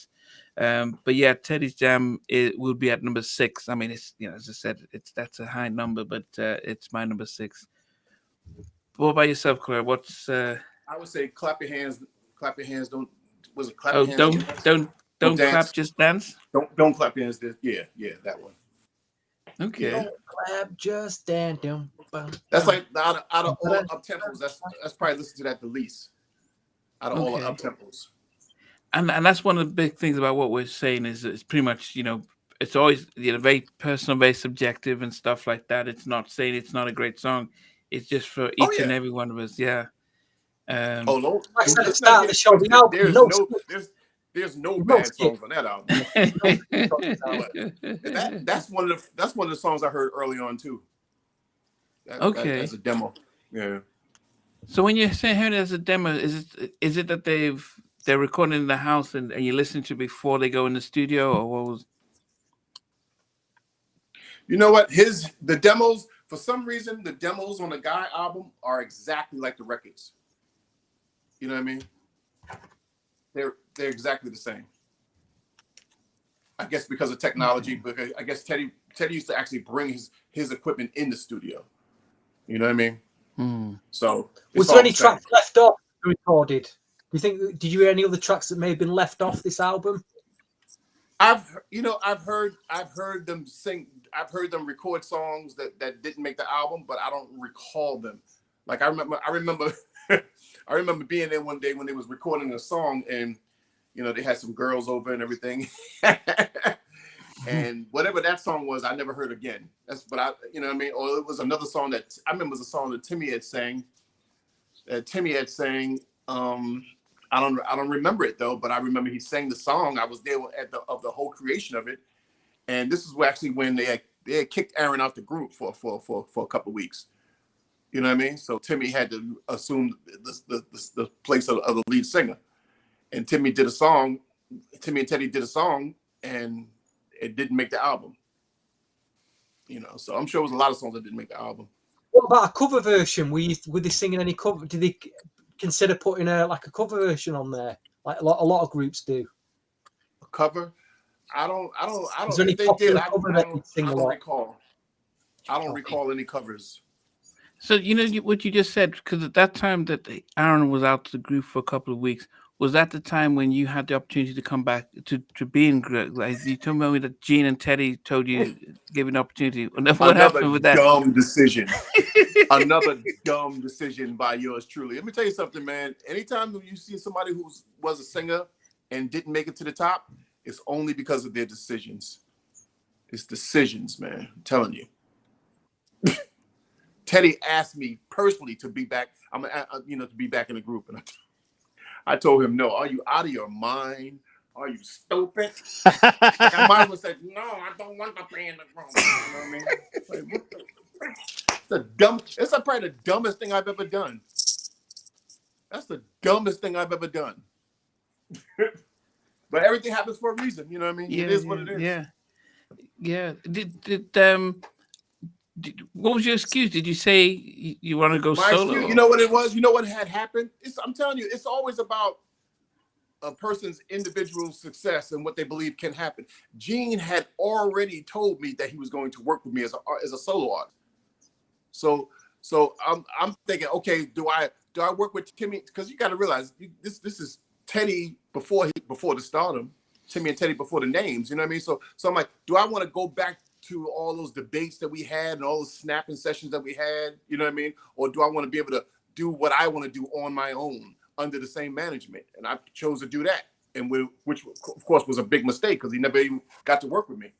You know what I mean? So yeah. That's all. But then again, if you'd have joined the group and the album had come out, by all accounts, you wouldn't have made any money anyway because none of the group seemed to make any money out of it. Gene took the money, so you'd have been out of pocket anyway. No, apart from Timmy. It happened the way it was supposed to happen. Looking back on my life, I can say with all honesty, it was like I still think that I'm going to get a hit record one day, but it wasn't meant for me to get a hit record then.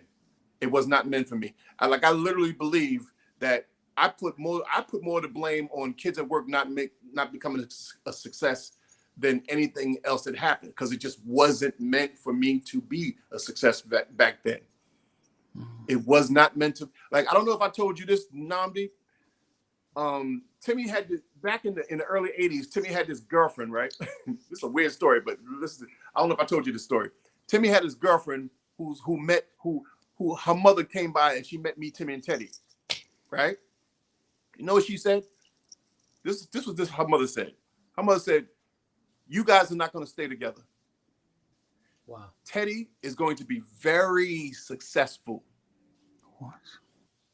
He said, "Timmy is going to be successful for a time and fade away." And he said, "Clurel, you're going to make it, but it's going to take a long time." That's what she said to me. Clairvoyant? Was she clairvoyant? Now, this is before she even heard you all sing. Yes. Wow. And this lady was like, this lady was a prophet, because other things she told me that actually came to fruition. So, but how did you take it? How did you guys take it, the three of you, when you heard it? Like, I figured I'd be a star at 26. I didn't think it was gonna take 100 years. You know what I mean? So it's a reason why I can't. Now I see why, even at this stage in my life, I can't stop making music. I can't stop performing. I can't stop doing. I'm living the same life I was living when I was 25 years old. It's just I can't stop. And now I see why. And now I see why I'm not aging. I'm not aging, so it must be meant for me to do something out here. You need to get a track out. You need to get some songs out, mate. Seriously. Oh yeah, I'm working on it again. Believe me. Yeah, I saw your videos, man. Believe me, I'm working. You're doing all the coaching and things of that. I seen your videos. We doing a lot of coaching and all that. Yeah. But it's your spirit. You don't have that music industry stress. No. That they have, in terms of that. So no, I'm not bitter. That plays a part in it. That's really good. I'm not bitter. Yeah. I don't give a damn, and I don't blame nobody for my lack of success. It ain't got nothing to do with one thing. Ain't got nothing to do with the other. It's my choice, my decision. I'm going, So if I never made it ain't nobody fault but mine. Put some tracks out. Create your own fan base online. Oh yeah. Start doing I it. have a whole plan. Listen, you can sing. You can write a song. Just need producing. Get producers as well. Yeah. Yeah. You'll hear it. I'm telling you, I have a whole plan that I'm going to unleash, and they're not going to even see me coming. Yeah. No, I mean, it's and one of the things that I saw, because you're one of the, probably in the vast minority where you are the only person out there, not just on the music side, but you're really promoting and coaching people on the science of performing, which is a lost art. You talking about in terms of singing, in terms of music, as the beat is going on, you stay moving as the beat is going. The stamina, and all of that, all those nuances that were lost with a lot of artists because there were no performance venues, so they never learned those skill sets. So that's really powerful what you're doing. Thank you, man. The artist development is non-void now. It's about numbers now. It's a numbers game now. The question was, did you ever get considered for Blackstreet back in when Teddy was setting that up? No, I wasn't around Teddy during the beginning of Blackstreet. We that's when we lost touch. Because you know why, Teddy? I think that's when Teddy left New York. When Teddy left New York, we lost. I didn't see Teddy again until I vocal coached Blackstreet. And when I say vocal coach Blackstreet, it really was my boss at the time that vocal coached him. I was his assistant, but I was the one that was left with Blackstreet because he was so busy. He kept flying back and forth to New York, and I was the one that stayed in the studio with Teddy and them. And so I ended up, in a sense, being their vocal coach. You know what I mean? During the recording of the Blackstreet album? It's hard to vocal coach people that's your age. Huh? During the recording of the debut album? No. Right after the biggest hit, right after the No Diggity album, that's when I came down there to vocal coach them. You know what I mean? Okay. Right after the No Diggity album. Yeah. Just quickly, when that lady said that about the three of you. How did Teddy and Timmy take what she said? I know how you did. Did you guys talk about it? Did they say what's I don't remember even having a discussion about it. You know what I mean? Because it's not something that as kids, it's not something that you want to face. You don't want to face the fact that I'm going to take a long time to make it, or Timmy probably didn't want to face the fact that he's going to fade out at some point. You know what I mean? Yeah. So when I saw that happen, I was like, you know what I mean? I was like, oh shit. Because in the early 90s, Timmy was the man. Like the man. You know what I mean? And then, he may still have money and everything, but as far as being known and being popular and all that kind of stuff, he faded out in that way. You know what I mean? So when I saw that happen, I was like, whoa. Then it's about what happens. Then that means your stuff is still to come. So I can see why it's still coming. It's still coming. Okay. It's still coming. Yeah, we're here to support you and stuff. Sheldon, we're number 5. So as we, I know you guys are excited talking to Clurel and getting all the backstory. So as we're doing our countdown, we'll jump back into it as well. So Sheldon, number 5. Goodbye Love. That's my favorite ballad on the album. I like the lyrical storyline and just hearing Tammy's vocals in the background. Very dope record. Very dope record. Okay. So that's my number 5. Stevie. Number 5 is the only track that had a Washington go-go feel and inspiration to it. You had it at number 6, Nnamdi. I've got it at number 5. It's Teddy's Jam. Number 5. Okay. It's I suppose it is a jam. It's a classic. It is a classic. Yeah. So the album mix, anyway. I wasn't too keen on the remix. I thought it got a bit too clattery and a bit too. But as an album mix, so melodic, and Aaron just singing that jam it's been sampled 100 times. That Aaron going jam. You hear it on so many hip hop records, don't you? Eric Sermon used to love sampling it for starters. Free PMD and. This, but yeah, number 5 anyway. Yeah, my number 5 is "Don't Clap, Just Dance," and actually, it probably could have been higher for me. That's above Teddy's Jam. Yeah, I just love the whole groove.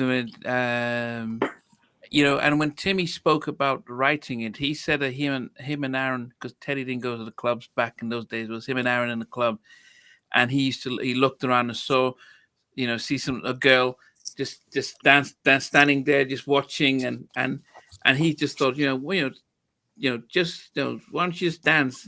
Just don't and clap your hands, because there was lots of girls who just want to show off, and so he was talking about that. But when I listened to it, it is just an upbeat track. And Aaron's voice going, the how it flows and stuff like that is really, the more I did enjoy it early on, but I think the more I listen to it now, it probably could have been higher for me. But that's it. Don't clap, don't just dance. Don't clap your hands. Yeah. Wow. Clurel, number 5 for you. I'm having trouble keeping up with what I already mentioned and what I need to mention. I think it must be Teddy's Jam. Only because it's the least sung song. It's just not really a song. It's just a dope groove. You know what I mean? Yeah. Yeah. I actually sang background on one of the remixes of that song. Yeah. Oh, which one? Teddy's Jam. Teddy's Jam? Yeah, I sing background on one of the remixes. If you ever hear a remix and go, Teddy, that's me. Oh yeah, that's you. Okay, yeah. Okay, that's the one they play. That's the one they play on Soul Train all the time. Okay. Yeah. That's my favorite one. Yeah. I thought it was a oh man, that's dope. Yeah. How did they get you to do that? What happened? What was the story behind that? We just hung around and he says, "Can you?" I was just hanging out. I was just hanging out in the lobby while Teddy was in the studio working, and he was like, "Clurel, can you come here a second?" And he said, "Yeah, can you sing something for me?" And it was that simple. You know what I mean? He just gave me the notes, the 3-part harmony, and I just did it, and that was it. It took like 10 minutes, 5 minutes, I don't know. It was real quick. And that was it. Next, like a week or two later, I heard it on the radio. I'm like, okay, here you go. I'm back, baby.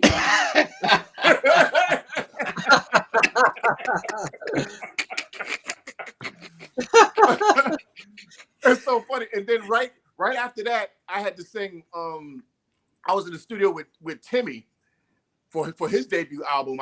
I did Misdemeanor with Timmy, and I thought, Oh, you did it, Foster Silver? Oh my God! But they mixed it so low that it didn't really. It just seemed like in the studio it was fly, but with the record it just seemed like background. You know what I mean? But whatever. But I was doing a Foster Silver thing in there, because I have that high range. Yeah. Wow, goodness. Yeah. And Mike says that he just threw that gem out like it was nothing. The fact that you got the Teddy's gem. I mean, before we get to number 4, so what was it? What was your feeling when Timmy's kicked out and they're just about to blow up? As a guy who's known them, you must have felt for him, or what was it for? I was like, let me see. I'm just trying to remember if we had a conversation. I know we had many conversations about that, but I can't remember. I don't know if I recall a conversation then about it. But I know I was like, I just felt. I felt the same way I felt. I felt similar to the way I felt when Bobby Brown was ousted out of New Edition. It was like, no, this is not right. This is not right. Because see, I know Timmy in a different way than most of the world. I know Timmy as the one with the good ideas, the one with the good showmanship, the one who came up with most of the dance steps. You know what I mean? So I knew for a fact that the performance aspect of Guy was going to be diminished from what it originally could have been. You know what I mean? And it's sad because you never see I don't think Timmy, Teddy, and Aaron ever did a show together. Ever. Wow. Like ever. Jeez. So we have no idea what it would have been. And I just know that Timmy, when it came to putting a show together, as far as showmanship and how the vibe should be and how the dress should be, that was Timmy's strong point. You know what I mean? That's where his strength lies. So I felt that it would have been better with him. You know what I mean? That's why I feel to this day when they do go out on tour, it should be all 4 of them. I just somehow think that he would add something to it. Yeah. If they allowed it. Because I would never want to see Timmy take Damien's place, because Damien, you can't deny his contribution to Guy, of course, you know what I mean? Yeah. But they should all be together. If they did it on Dreamgirls, they could do it on Guy. No? So, yeah. I mean, even Timmy said he was open to that. Huh? If we can come back? If Effie can come back to Dreamgirls, so can Timmy come back to Guy. Yeah. And Timmy, I'm gonna tell you, that would be really super dope. Yeah. And Timmy has said he was open to it, so I think. But hope there's still time. The Rolling Stones toured at 80 years old, so there's still time. I know, right? Sheldon, number 4. My number 4 is "You Can Call Me Crazy." Wow, so that's like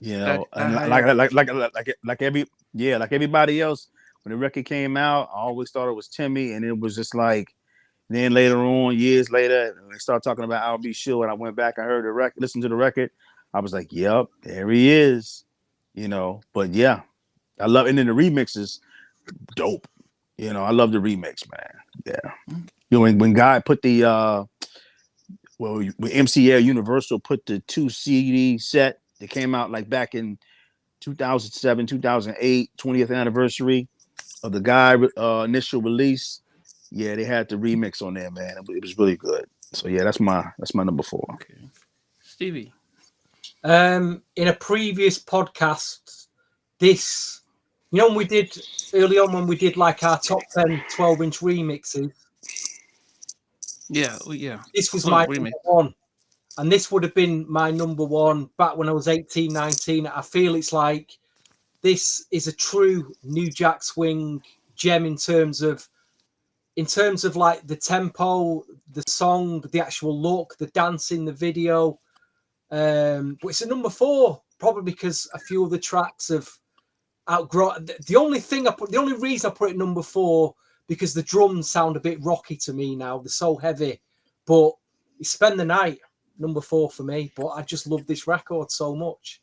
It's a true New Jack Swing gem, you know, as an album mix. But the actual 12-inch remix is at number 1 in my all-time favorite 12 inches, which is in a previous podcast. Okay. Before I go to my number 4, Jeremy, the Albie Show was on the first verse and Timmy was on the second verse, but I think Albie did the chorus. I still can't tell. You can, no, if you listen to it now, you could tell that. Yeah, you can. Timmy's not as high on the track as Al. Yeah. My number 4 is I Like, and I think it's grown on me more so than I think early on it wouldn't have been that high up. But I think because over the last 4 years, it's just been it's grown on you. How can it grown on you, Nnamdi? Because it went viral and it was just everyone singing it, and you listen to it and you just think, okay, this feels. So it wasn't one of your favorites back then. No, not back then. It hit you back then, no. Back then, Spend the Night was much higher. Spend the Night was higher. That was. No, I like. No, it wouldn't have been as high as. I didn't. I Like would have probably been down my 7 or so, 8 or 7. Wow. And Spend the Night would have been much higher. But I think as I've gone older and over time, I've just listened to it a lot more, and probably, as I said in talking to Timmy about it. And him said he was supposed to sing it because he did the intro. So he started the intro. He was supposed to sing it, and then Aaron came in and sang it, and he's like, yeah, you know what, you go ahead and sing lead on that. And he said there was no competition. It was like whoever was best for the song got it.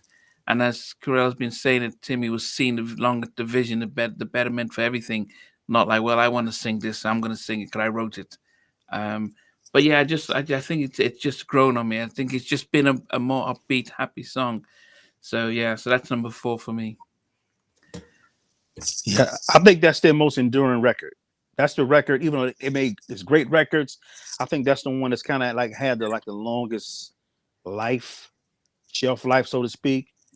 You know, it's like a slight departure from all the groove-oriented records or whatever, song-oriented. But yeah, then again, that's their biggest charting record, man. Number 2 at the time. Yeah.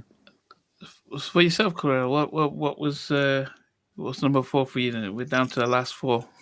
Hey, did I? I'm just trying because I'm always. I gotta we take notes. I know my top 3, notes, and I don't want to mention them yet. Okay. Did I mention Spend the Night yet? No. So Spend the Night, I would say, was number 4. Okay. And this was, as I said, hearing Teddy sing first. He did that before Fantasy, so this was us hearing Teddy sing for the first time and stuff. We can spend the night. Yep. Yeah, that's a great song. Yeah, it's a great song. Can you answer who came up with that yep? I wasn't there when Teddy first did that. I don't know where he get that from. I never asked him about it either. That's so funny that I never asked him about it.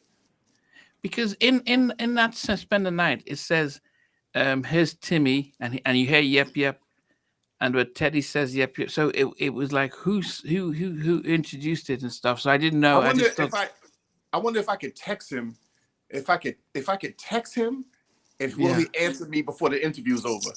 Hey, go ahead. Yeah, go ahead. Yeah, we're slowing it down. So, are you using your phone? You want? Okay, yeah. If you go ahead. It has to be Teddy though, doesn't it? Well, he's the one right? No. It's fine. Yeah. I'm gonna see if I can text him.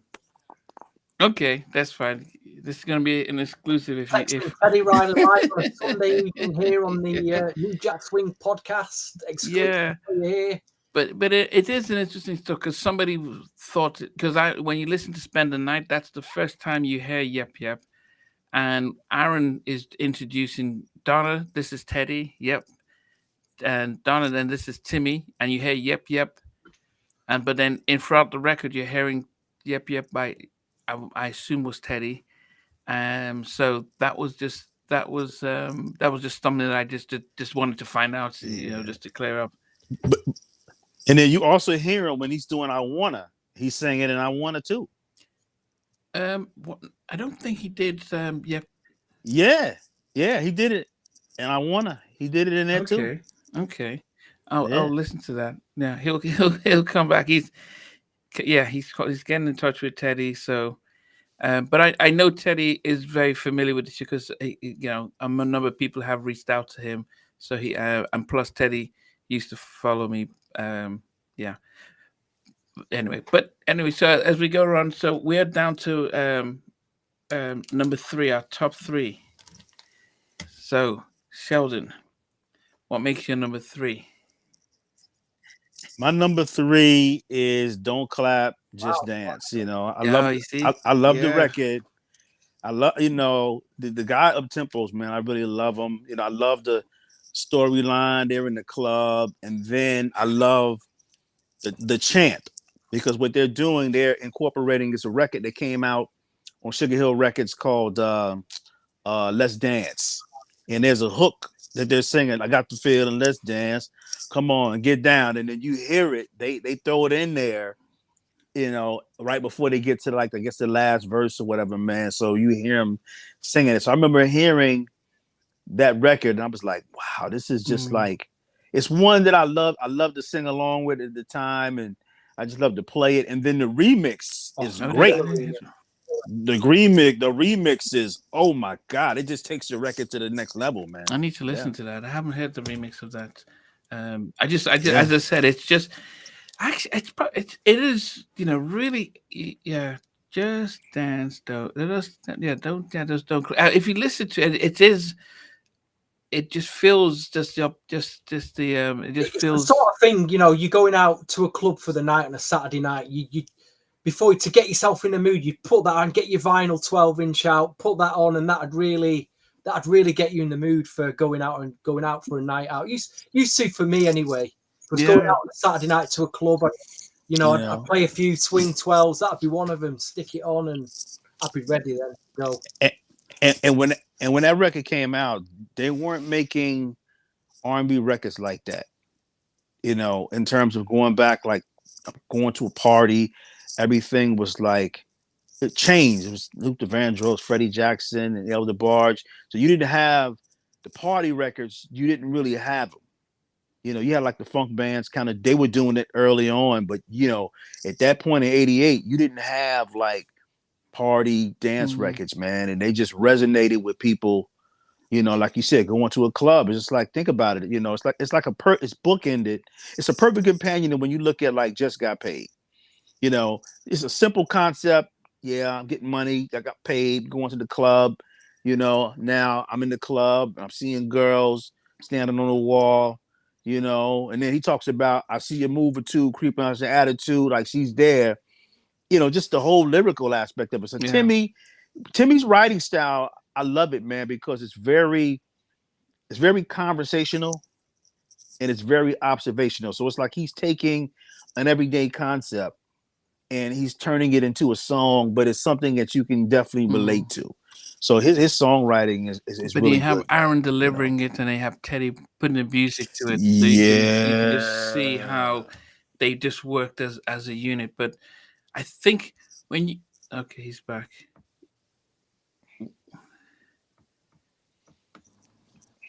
Okay. Hello.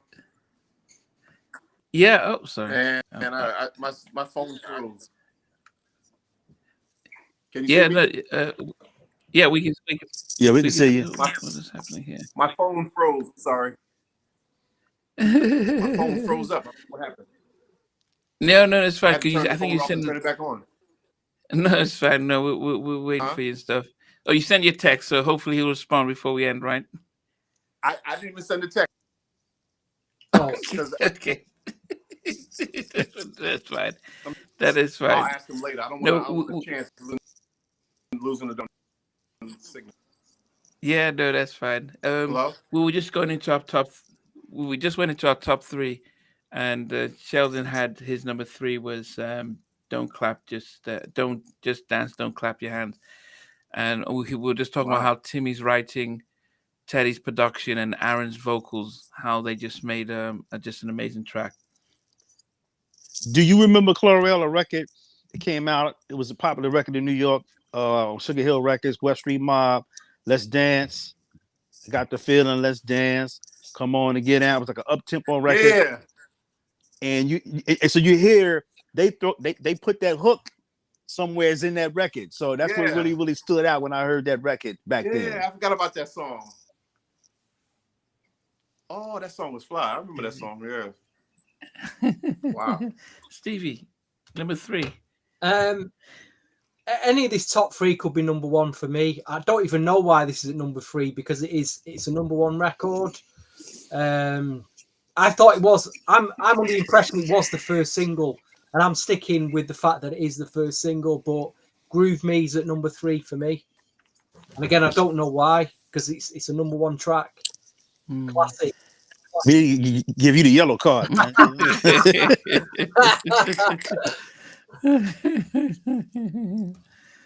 Oh goodness, yeah. Okay, that's your mistake. My number three is "Piece of My Love," and I think it would have been a little bit high had not it wasn't as clear to the because as I said, Aaron seemed like he's sleep singing in the cupboard. It's been covered quite a bit.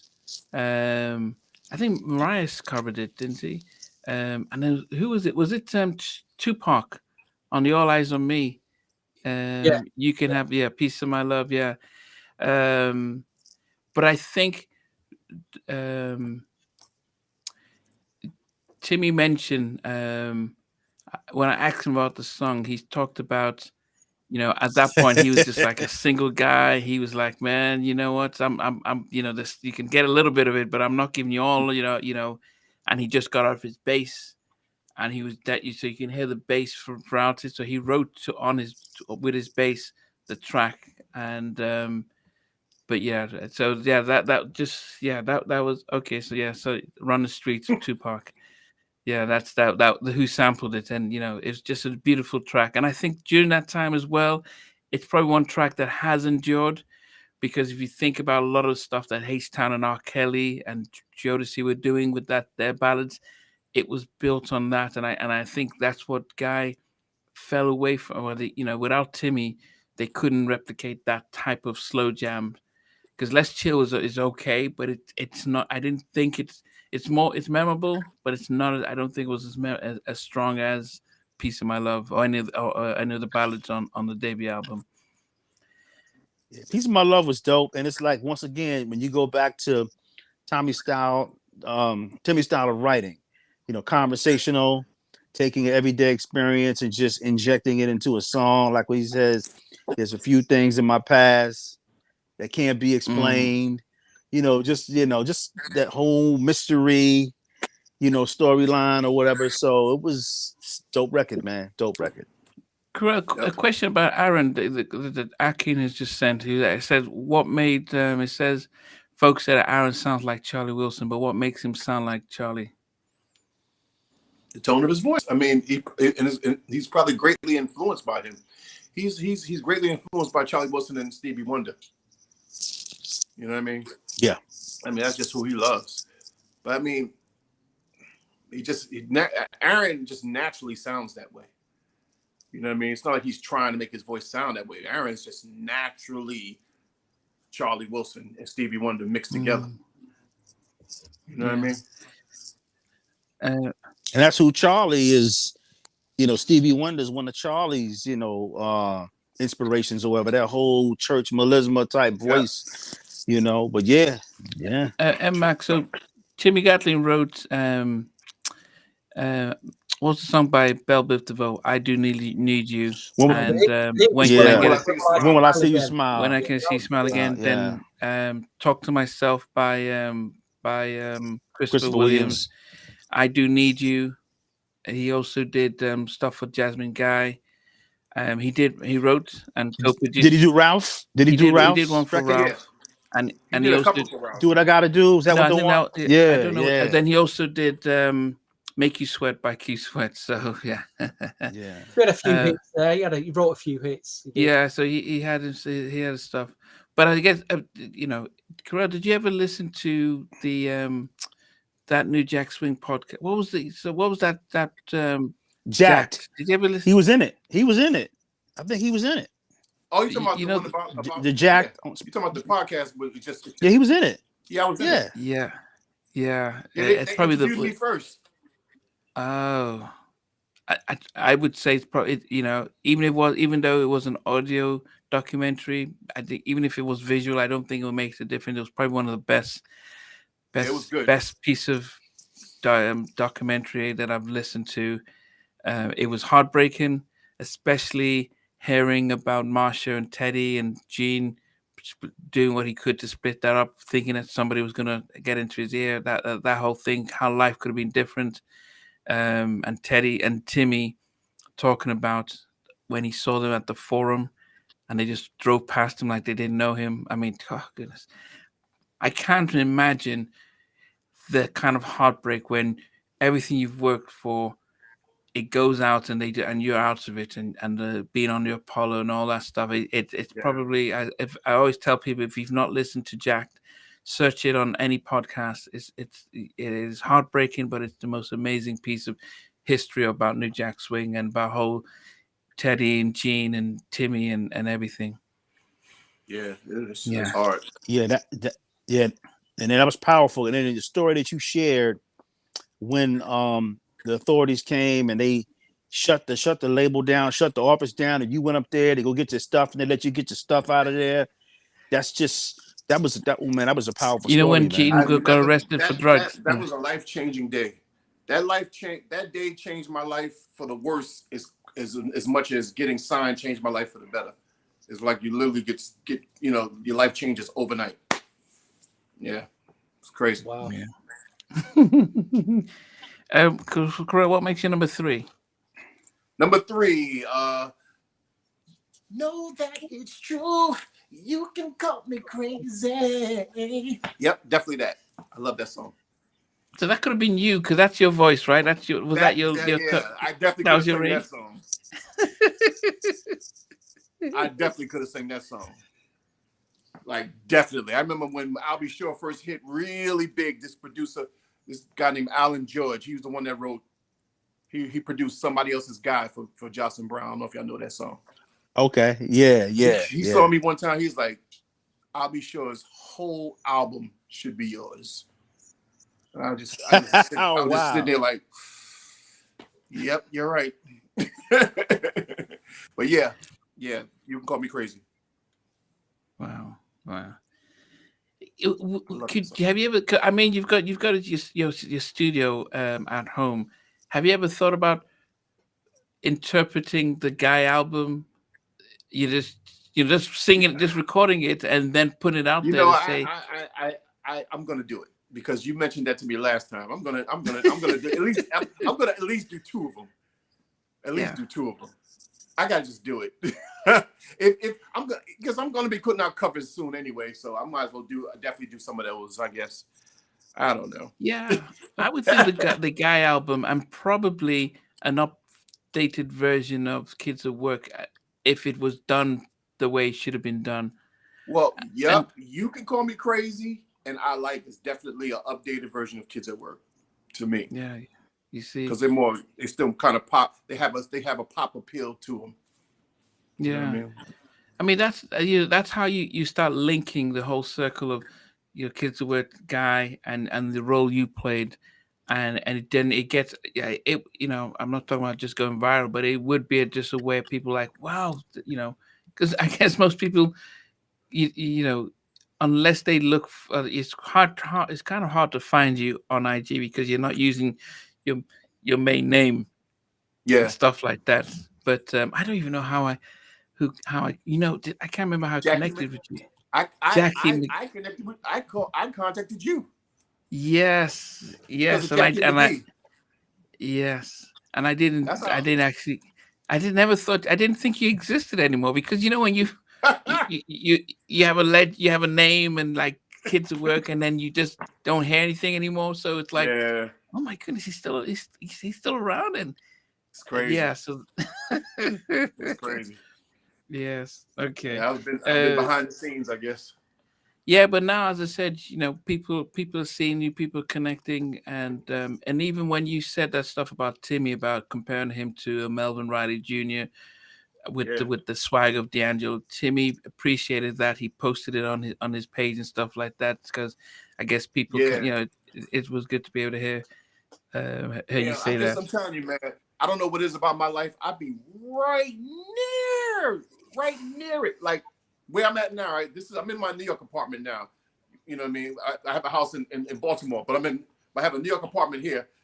I live right next door to where Puffy, P. Diddy, and Cassie lived. Right next door. Wow. The next building from this building right here is where P. Diddy and Cassie lived, and I used to see them every day. You know what I mean? Every day. At least every day they was in town. Like crazy. I'd be like right there. Like I'm probably like 30 feet away from Universal. I'm like 30 feet away from Universal right now. Yeah, no, don't worry. The word says that it will happen slowly, but when it does, it blows up. So don't worry. The time is still there. So yeah, I'll be right there, uh, boy. Mm. we just did. Okay, so no, Sheldon, what's your number two? Okay, my number two is Teddy's Jam. Wow. And the thing about Teddy Jam that stood out for me is when I first heard that record, I was just trying to, in my mind, just kind of figure out how he was putting all of the sounds together in that record. Because there's a lot going on. You get the samples, you're getting the Trouble Funk Pump Me Up sample, just a lot. You're hearing the Champ sample, and just him, the keyboards and everything, man. And then of course, because we were just talking about the Gap Band. And when I was going back doing my research, because I was a huge Gap Band fan, Gap Band had their own kind of version that had come out like about 5 years before that. It was called Jam to the Mother. And if you ever listen to the hooks, Charlie's doing the thing that Aaron's doing, like that you hear Aaron doing later, telling people to jam. It's a different tempo, obviously, because of the different time period. But then what happens is after Teddy's Jam comes out, then the Gap Band comes out with an album like in '89 called Round Trip. And then now they got a record called Jam. And then Charlie Wilson comes out with his first solo album in '92. And he's got a record called Charlie's Jam. So, that record is really, really it's an influential record, man. And when you look at that joint, you didn't have any R&B records that were like that anymore. Everything had kind of like changed. Like Clurel said, you had the New Edition, Freddie Jackson. So you didn't have those funky records didn't really exist anymore, man. So that's one of the things that's unsung about God is they brought a lot of funk back. So that record is a very, very dope record. Very, I love it, man. And the remixes, I love them all. I love the Teddy's Jazz with the acoustic guitar when he's got the vocoder. Then the one that you sang on all the time, I used to play it. I still got the 12-inch I bought back in '88, and the one they play on Soul Train. Wow. I just love it, man. It's like 7 minutes long. Super dope, man. So every remix from that Teddy's Jam off that Guy album, man, I love, man. Wow. So yeah. And that Teddy, I was like, I who thought it was singing a female. that? I didn't realize it was you. My goodness, you just said it as if it's no big deal. I thought it might have been like maybe Marsha or somebody like that, but this is my man doing it. You know what I mean? So that was dope. That's dope. Yeah. Okay, that's your number two. Stevie, what about your second? It's a track that it was an instant fave when I first heard it back then, and it stayed with me all this time. I mean, you know, when I first played that Guy album back then, you know, the feeling it gave me, I knew then this is like the best album I think I've ever heard in my life. And you know, as I've kept collecting albums and music, I'm always looking to get that feeling that I got from the guy, and I never quite get it. It's like a drug in it. It's like that drug it's that hit you get, and I'm always looking for that hit from this Guy album. But my number two, it gives me that hit, and that's I like. You know, it always it just still gives me that hit. Still gives me the goosebumps. It's a great record. Classic. Yeah. Were you surprised when it went viral just over during the pandemic? I was happily surprised because I thought because it's brought the song to a whole new generation that probably may have never heard that before, and may go and check out Guy now. So I was so happy. I was so happy about that. I remember when I interviewed Coco and his son J Michael, and I asked him for his favorite song, and he said I like, and I'm like, wow, that I have you heard the story of how Timmy wrote it? And Coco said, yeah, I watched that interview. Like, what, man? What? I'm like, wow, people probably seen, at least they're hearing the story of Timmy, you know, the unsung things about the lyrics he brought to the table, and you know, and probably people get to understand why the future album sounds completely different, and it doesn't see, and you know, you can say things change and age, but it just feels as if there was a structure in the story that kind of left, and it felt as if, you know, we're going to try and do a hard left. You know, you know, some might say it was, you know, the Poison album and Hootie Mac. You know, I don't know if you would want to compare how the two went, but anyway, but it's good the fact that Guy have been recognized. My number two actually is a song that I still think it's still a major thing now, and that's Groove Me. You know, the whole, you know, even the video, the whole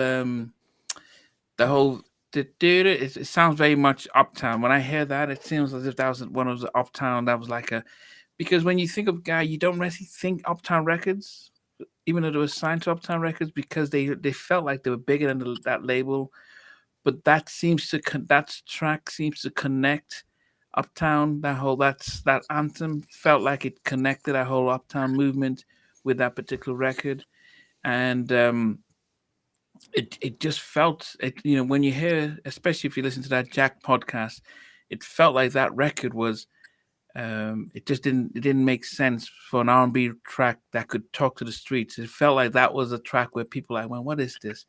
I mean, for yourself, Clurel, when you first heard it, I mean, Timmy says that Teddy called him and said, come to the house. And he saw the kids in the house, and he said, all the kids, all the background noise, it was the kids in the house just dancing and singing along. And he just started writing to the stuff. But he said it was so funky that Teddy was playing. It was so funky that it was just like he just couldn't help to write to it. So he even admitted that, man, Teddy just created this funky track, and he was like, man, I need to start writing. Well, how was it for you when you first? I mean, if you're around and heard. I didn't see the funny thing about it. That song I didn't hear before it came out. I didn't hear it till it came out. I don't. If I heard it, I don't recall. That might have been one of the last songs they made or something, because I never heard that song before it came out.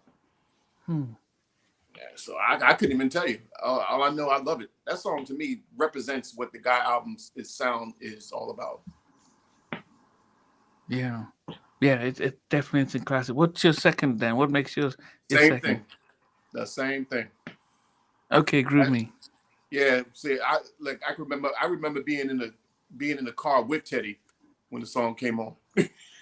No, I was in the car with Teddy one time, and he pulled up and he went inside some big club or something like that, and they were playing it when he got upstairs or something like that. You know what I mean? So that song really represents when me and Teddy was hanging out again. You know what I mean? When that song was out. That's why I love hearing that song. That song is perfect. Perfect song. Goodness. Yeah, it definitely is. Before now, what we're going to try and do is what we're going to try and do now is go through our top 10 before we get to number one. Just recap Yeah, from 10 to 2. Yeah. Mm-hmm. So, Sheldon, do you want to go from number 10 down to number? Yeah. Okay, so my number 10 is My Business. Number 9 is Round and Round Merry Go Round of Love. 8 is Piece of My Love. 7 is Spend the Night. 6 is I Like. 5 is Goodbye Love. 4 is You Can Call Me Crazy. 3 is Don't Clap, Just Dance. And then number 2 is Teddy's Jam. Okay. And then what's your number one then? Well, my number 1 is my favorite record of all time. Groove Me, man. You all talked about a lot about the record, and just going back, hearing the record, I love Guy, one of my all-time favorite groups. But I remember, man, I was such a Gap Band fan since I was like 8, 9 years old. When I first heard the entire cassette, I was living in Hawaii at the time. My man brought the cassette tape back from Virginia. He was like, yeah, man, these guys, I know they went to Virginia State, boom, boom, boom, boom, boom. And he played it. And then he played it straight through. And I got angry because I was such a Gap Band fan. I was like, what are they doing? And at that time, I was calling myself, like I was like trying to write songs or whatever, man. And I said, let me borrow that tape. Took the tape home, and I pulled out like an old Gap Band album cover that had like all the information to the record label. And I literally wrote them cats a letter. I was like, look, these guys got this album out. I could bring you back. Because at that time they had like faded, right?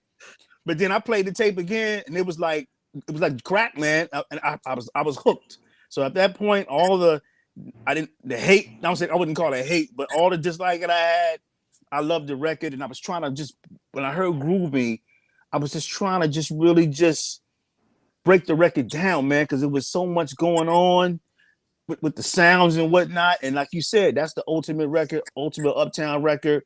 In a way, it's like almost the ultimate New York R&B record, because obviously you hear my man with the swing, the drum machines, and the keyboards. But then when he throws the champ breakbeat in there, so if you're hearing it, if you're a New York guy and you're hearing the record, you know the breakbeat. And it's just really fly. So it's fly when he just drops that in there, man. He just lets it play. Another thing too is that it's like it just plays out. Like a lot of records they have the breakdowns or whatever. And you start seeing a lot of records, they started moving away from breakdowns, man. And a lot of contemporary R&B. But that was one of the, last contemporary R&B songs that really had this super funky breakdown and just played out, had a turntable scratch in it where, and of course Damien was saying that it was a mistake in the studio and they just kept it. But Groove Me is my all-time favorite record, man. I play that record at least in a month. I play that record at least 5 times a month, man. I love it. I love it, man. And then they had the nice samples. They had the James Brown Funky President mixed in there. Just, oh my God. Just, yeah, the whole night, man. Just, yes. And then the video on top of it. And when I saw that, it was like, that's what a new young R&B group is supposed to look like. That's what they're supposed to sound like. So, I can go on for days and days, but Groove Me is my number 1, man. Yeah, Max says Great rundown there, Sheldon. Great story behind why it's your number 1. Brilliant, mate. Yeah. What about you, Stevie? Number 10 was Don't Clap, Just Dance. Number 9 was Round and Round. Number 8 was My Business. Number 7 was Goodbye My Love. Goodbye Love. Number 6, Piece of My Love. Number 5, Teddy's Jam. Number 4, Spend the Night. Number 3, Groove Me. Number 2, I Like. As I told you in the week, Nnamdi, this top 10 was, I drafted it. It was supposed to be a first draft. I did it on Wednesday night, and I thought, I'll come back to it and do a few more drafts and change a few things. I didn't quite do that because I thought, what's the point? I mean, whatever position you put all these in, you're never going to be fully happy with it. So I've just stuck with the first draft. But the reason why this is my number one, a couple of reasons. I personally relate to the song, and it's the drum pattern, the drum groove, the way the drums are programmed. I've never heard anything like it on another swing track before. It was just totally original. The way this it's just stayed with me. The lyrics about, you know, back-to-back girls all night, and like I say, I totally relate to the song. When I'm coming home on public transport most nights and I go back to the album, I tend to listen to My Business and this track. I just go to these two tracks. So what I'm saying is, just over the years, it's grown and grown on me. But You Can Call Me Crazy is my number one. Wow. Surprised myself, but I think that drum groove, and for me, the first verse is one of the greatest first verses that I've ever heard in a New Jack song. Just love the first verse, and it goes into the chorus. But yeah, you know, Okay. and it's an app. You know, who'd have thought that when from originally buying the Guy album, that 35 years on, I'd be sat on this podcast tonight with you guys and Clurel talking about it. It's a real pinch me moment. It's a real pinch me moment. I never thought I'd ever have the opportunity to do something like this. So thank you guys, and thanks for the listeners out there. You know, we're all feeling the same thing about this album that we're sharing, I think. Yeah. Okay. I mean, that's definitely a big surprise and stuff, and you know, history was made. The fact that everyone knew that Albie Shaw sang the first verse, but us, you know, and I actually used to wonder because when Damien came on the scene in the Future album, I'm sure, like most of us, were like, the videos come out and we see Timmy, and those of us who don't know Timmy couldn't equate, right. How's that guy in on the album cover, not in the videos, and no one no one explained anything, and so I and mean, then when you listen, what we've learned about this album recently through your halftime chat channel is the influence of Timmy Gatling on this album. He's obviously got we know that Teddy made the album, but Timmy Gatling, and I've learned this now, and like you say, You Can Call Me Crazy, that's it's Timmy Gatling, and I owe to him, and he should get flowers for that. So that's what I've learned more about his influence on this album, which is huge, you know. yeah, yeah. I mean, definitely and maybe that's why Gene took it back, because he's like, man, this is too big for Albert Shaw. We're taking it back. But you could see the similarities with what's the one he did with Slick Rick? If I'm not your lover. The similarities with that. Okay, I'm gonna go through my top 10. At number 10 was Round and Round. Number 9 was My Business. Number 8, You Can Call Me Crazy. If you listen to it again, Stevie, just listen, and then listen to the second one. Just think how this I'll have to. Timmy, and especially if you headphones, you will be able to tell the difference in the vocals in there. Number 6 was Teddy's Jam. Number 5, Don't Clap, Just Dance. Number 4 was I Like. Number 3 was Piece of My Love. Number 2 was Groove Me. And I'm surprised you guys didn't have this at number 1. Our all-time favorite female New Jack singer. We didn't know who was on this stuff, and it was Timmy who says that Tammy Lucas was singing backgrounds on this track. He was like, "Yeah, Tammy," you know, because when you look at the Guy album, Gene didn't put any credits there, like who wrote what. He just took it all out. I mean, in time, we were able to see Timmy's name in there, but we're always like, who sang the background? Who was singing there? And he was like, it was Tammy Lucas. So he was the first one to really say it was Tammy. And then when Tammy comes on, she said, yeah, it was supposed to be like a duet, like a Make It Last Forever. But it feels as if when, you know, they toned down more her vocals, so he was supposed to be more of a duet. And maybe that's Gene thinking, yeah, no, we don't want too much of this lady on that. But it is just, that's the whole story with Timmy talking about, they were going on. He said they were going on doing some shows, they don't go on tour, and he was like, he was saying goodbye. The whole what he was writing and stuff like that. So to me, I said to me that this song is probably the one that they said is their most sampled track, because it still sounds like it can be released today and still be current. It is what Jodeci and everyone else built their stuff on, and like, man, this is how you make a slow jam. Goodbye love. Goodbye love. It's a slow and jam then. then you hear, like you said, bits and pieces. You hear Nas did, he sampled it. You're hearing the Mary J. She has it, the whole lushness, in the Baby don't background. go. Just Doom, baby don't go. oh, Just it's yeah. like, I mean, it is just why they didn't release it. I don't understand. But then again, Gene Griffin, who understands him, because this album should have gone. It was double platinum, but it could have gone at least diamond if they had just. But the thing is, the record, it went platinum in the year that the next year it came out, but it didn't do double platinum until like 5 years later. So, but think about it is that, but when it came out, the record came out like 2.5, almost 3 years before SoundScan. And see, when SoundScan was important because when you had SoundScan, you could scan the records, you could track the sales on the spot. But back then, you had to just kind of like wait.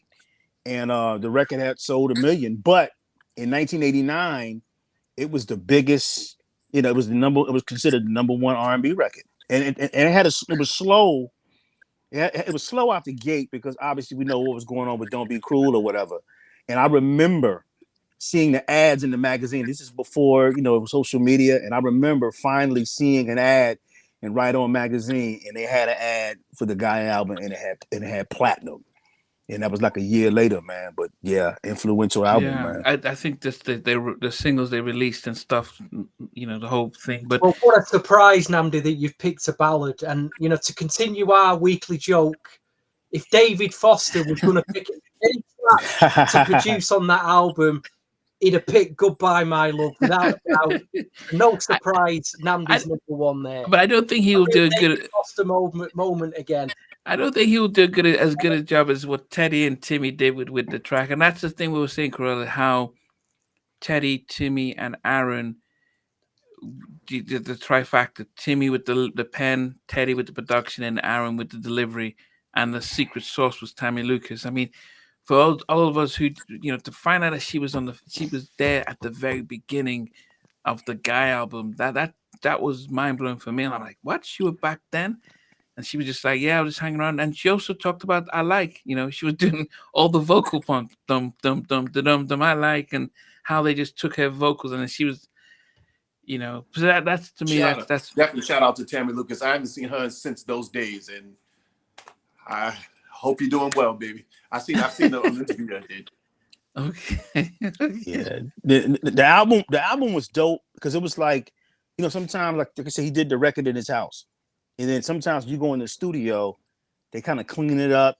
The sound is a lot clearer. Just the whole sonic approach to it. But it's like, I'm glad that they kept it raw the way it was, the way they recorded it at home. It was just, it didn't sound, it didn't sound like overproduced. It wasn't clean. It was dope, man. Like hip-hop. And then, and with you being, a singer, when did you see where all of a sudden, after that album dropped, especially Groove Me and all the other records, that now you start seeing vocalists now trying to, I won't say sing like Aaron, but you start to see that vocal inflection? Because before, you were there when the tenors and the falsettos were still the thing. Mm-hmm. But at what period did you see the transition from that style to what Aaron was doing and everybody else coming behind it? I guess when they started, with the emergence of Jodeci and all of these people. You know what I mean? Everybody, like honestly, if it wasn't for A Piece of My Love, there wouldn't be no bump and grind. R. Kelly, you know what I mean? So even how about the runs? Matter of fact, R. Kelly was the first person I saw do that, because I saw R. Kelly before he came out, because my manager at the time was trying, I think was trying to sign him as an artist. So I remember when he was with MGM. You know what I mean? He already had reminded me of Aaron. You know what I mean?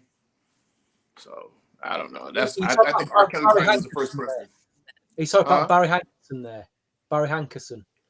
Nah, I'm talking about Buddy Harrison. LeVay Mallison. LeVay Mallison. Oh, He was. they, Oh, he's down with Mo Yeah, D. yeah, He was down with Mo yeah. D and all those cats from the rooftop and all Yeah. those. Yeah. Yeah, we still in touch. He was just up here the other day, you know. Yeah.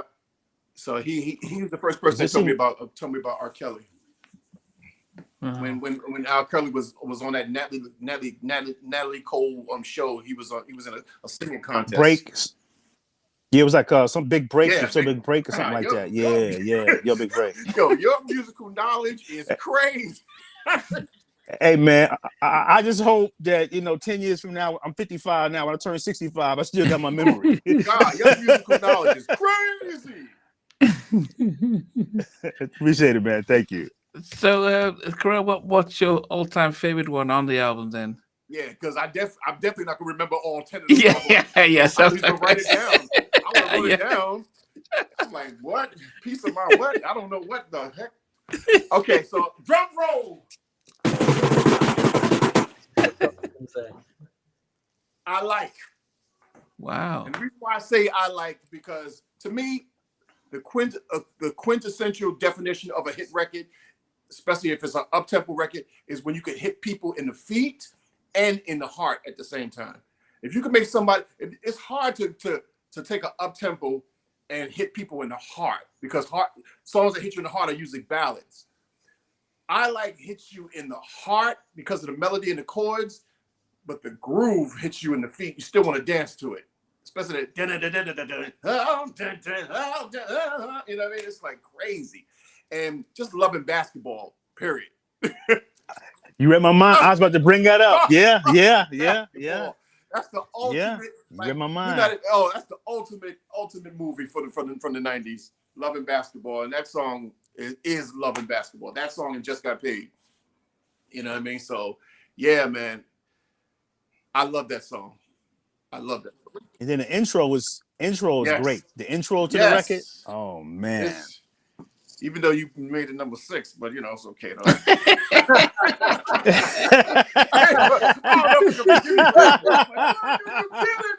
Hey man, but I like honestly, I'll be honest with you. All of our differences of opinions, because we all got different songs in different places.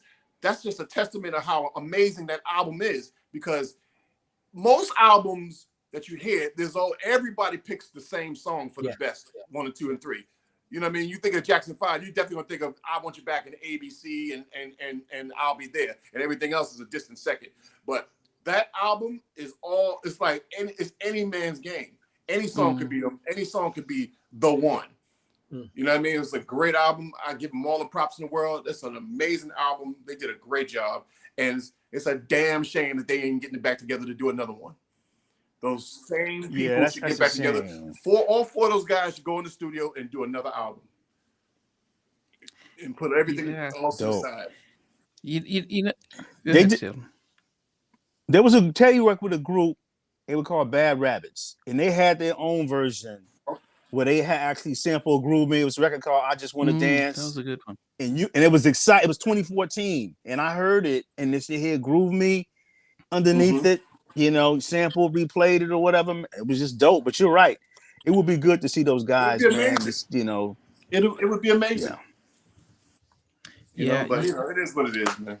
Here in the UK, we had 2 sort of pop groups. One called Busted and one called McFly.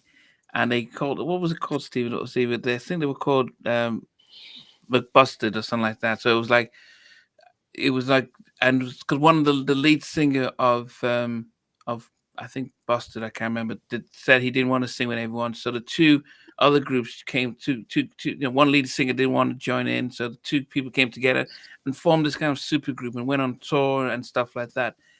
And so we're wondering if we could ever have Kids to Guy. So Aaron might decide, I'm not coming back. Kids to Guys, it'd be called. Kids to Guys, yeah. So yourself and Timmy and Teddy and Damien and Kids to Guy, Oh dear. I wish it'd be fun. At least on tour, it'd be nice. That's why I wish that Kids at Work would have been a bigger impact. Because if it would have been a big impact, I'd certainly be going on tour with Teddy. You know what I mean? Because Teddy actually wants me to go on tour with him. You know, for whatever upcoming tour he has, but I don't think I'll be going on tour as a vocalist. Yeah, you could have Probably. Kids to Guys as like the headline act, and then supporting them Boys to Men. There you go. Yeah, right. It would be nice. Hey guys, can you hold on just a second? I just gotta do something right quick. Just hold that thought. Yeah. It's not going anywhere. Wow. I mean, it's I mean, I think as Clurel said, in fact, I'll put it back so that when he does come back in. But as he said, it is definitely good the fact that we've all had different selections for our top. Going through it. I think probably yes. Tough. It's an incredibly tough one to do. I think that because, like Yeah. you say, we've all got a lot of favorites on that album. It doesn't matter. I don't think it really matters what positions they are. We know that it's a great album. You know. Yeah. No. Okay. Yeah. We were just reflecting on the fact that we all had different opinions and how good the album is. But it would be definitely great if you because you're putting out videos for your coaching with some of the artists that you're working on with, and we don't see you just, you know, it would be great for you just to do a, you know, either with your guitar or your keyboards, and you are singing some of these songs, and just telling some of the stories behind mixing the kids at work with guys, so you could do re-record one or two of your kids at work stuff, and then the songs that could have been demos, so that there's that connection and that sense of, you know, you got lots of New Jack fans who are familiar with both records, both albums and stuff, and being able to piece some pieces. I mean, you know, we didn't realize that you were doing Teddy Jam, you know, so so Yeah. it would be good just to be able to do that song. So, you know, who knows how it will take off and stuff like that. But, you know, in your own time and stuff, in your own time. Yeah, it's been really dope, man, because the stories you shared in Jack, and then the earlier interview you did with Nnamdi, man, you just kind of like really filled in a lot of gaps, but you also set the tone of what was going on in that era in terms of, you know, groups in the music business. You know, you all where you're at, and you go on to CBS, and just, yeah, man, a lot of those are some great stories. So I'm glad that you know, you really shared them. You know, that's gold, man. Appreciate it. It's I mean, if you gold. think about what he said about, because we all know the story that kids at work were bubbling, and then Gene goes to prison, and then it falls apart. But then he said, well, the reason why was because Gene saw that it was doing well, so he needed to raise some cash to push it and promote it, and he got busted trying to raise money. So that's why he went to jail. Something And so like that, just being able to understand all of that, but also the fact that, you know, you get Timmy and Teddy weren't happy with the production and the mixing, and it wasn't what they'd put in, and how much of a difference that makes, even with your Hertz. What was it, Hertz? Hurt Town. Hurt Town. You know, Yeah. it wasn't what they put together, even though it's written by not at Timmy all. and Teddy, but it doesn't sound like what Timmy and Teddy would put together. So how No. much of a difference that makes when somebody tries to interpolate what Yep. the original people could have done themselves. Because if he's doing the show and all the Kumo D stuff at a young age, he could have easily have just gone in the studio and produced Kids at Work and even your stuff. Yeah, he should have been the producer. He was amazing. Yeah. Wow. Well, Clurel, it's been. We're blessed that you took your time to spend it with us today. Anytime, man. Yeah. Anytime. Yeah. You know, I'm sure Stevie and Sheldon were really happy because, as I said, they've seen the interview, but be able to actually direct questions, and even the community put in the questions in the chats. It's great that you were there to be able to answer and to share those stories.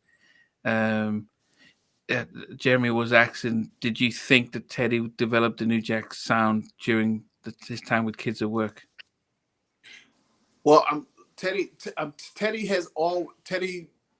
came to us with that sound.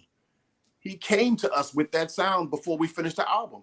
but it wasn't time for it. It was still Cool It Now and Candy Girl and all that kind of stuff that was hot at the time. You know what I mean? So that was the sound that everybody was going at, was chasing New Edition at that time. You know what I mean? So it was a couple of years too premature. But you know what I mean? It came when he was a teenager. It came years before he came. Wow. Yeah. Wow. So what can we expect from you over the next couple of months then, if anything to look out for? Well, like I said, I'm still doing. Of course, I'm doing the production and everything. I'm working with this kid named Rocco, who's he's actually a kid that Teddy's producing. You know what I mean? So I'm working with him and we're developing him. He's going to be like probably big as Justin Bieber and them back in the day. He's a very charming, charismatic kid who he's only 15 years old, and his favorite producer is Teddy Riley, and his favorite artist of all time is Michael Jackson, and his favorite music of all time is Motown. It's like, wow. You know what I mean? Which is crazy because that's all my favorites. You know what I mean? So we really connect, and we're doing some great things behind the scenes, and hopefully you'll definitely see that coming soon. As far as me, I'm working on something that I can't really speak on. I can't really speak. It's weird to say. I want to speak on it, but I can't really speak on it because the whole marketing aspect of what I'm working on has to do with secrecy. Yeah, that's understandable. I can't say anything right now, but when it does emerge, if it turns out the way I think it's going to turn out, you'll be the first podcast I'm coming to. Appreciate it. If this happens the way I think it's going to happen, it's going to change the game. But I have to keep the secrecy because that's actually part of the marketing of it. Yeah, no, I mean we totally understand, and as long as as I said, it's good the fact that you do have stuff planned out stuff and stuff. You still so you play. How many instruments do you play now? I play guitar, I play drums, I play bass, and I play piano. Yep. Wow. And I play all of that because honestly, mostly because of Teddy's influence, because Teddy played all those instruments when I was a kid. So I'm like, shit, I want to do that. I learned, I deliberately tried to teach myself everything that Timmy and Teddy could do.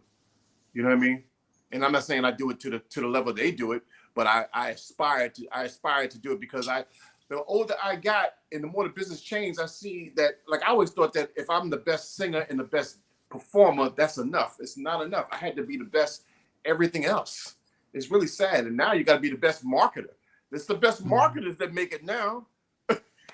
Yeah, it's all about the numbers. So if you got the talent and you can market, that's a good thing. But most of the people that's doing the great marketing are the ones that lack the experience of talent. I ain't gonna say they lack talent, but they lack the experience of talent. So it's really sad. So how long did it take you to get proficient on the different instruments? Because obviously, that stuff takes a lot of practice, a lot of time, and things of that nature. So from the time you started, until the time you really got proficient, well, how long did it take? The guitar was always something I kind of could play because my mother bought me a guitar when I was 9. So I always had that in my back pocket, even though I didn't really do it too much around Timmy and Teddy and them. When I met Timmy and them, I could play bass a little bit, you know what I mean? Because I had a bass at home. My brother had a bass at home. But as far as the piano and the drums came last because I got tired of hiring people. I got tired of hiring people or getting my friends to play drums for me, and they wouldn't show up to the studio. I learned the drums by just being in a rehearsal studio where we used to teach vocal class at, and all the students would come out and sing their songs, and I would just be behind them playing the drums until one thing led to another, till I was able to actually play, efficiently by myself. You know what I mean? And I joined a rock band just to get my chops up.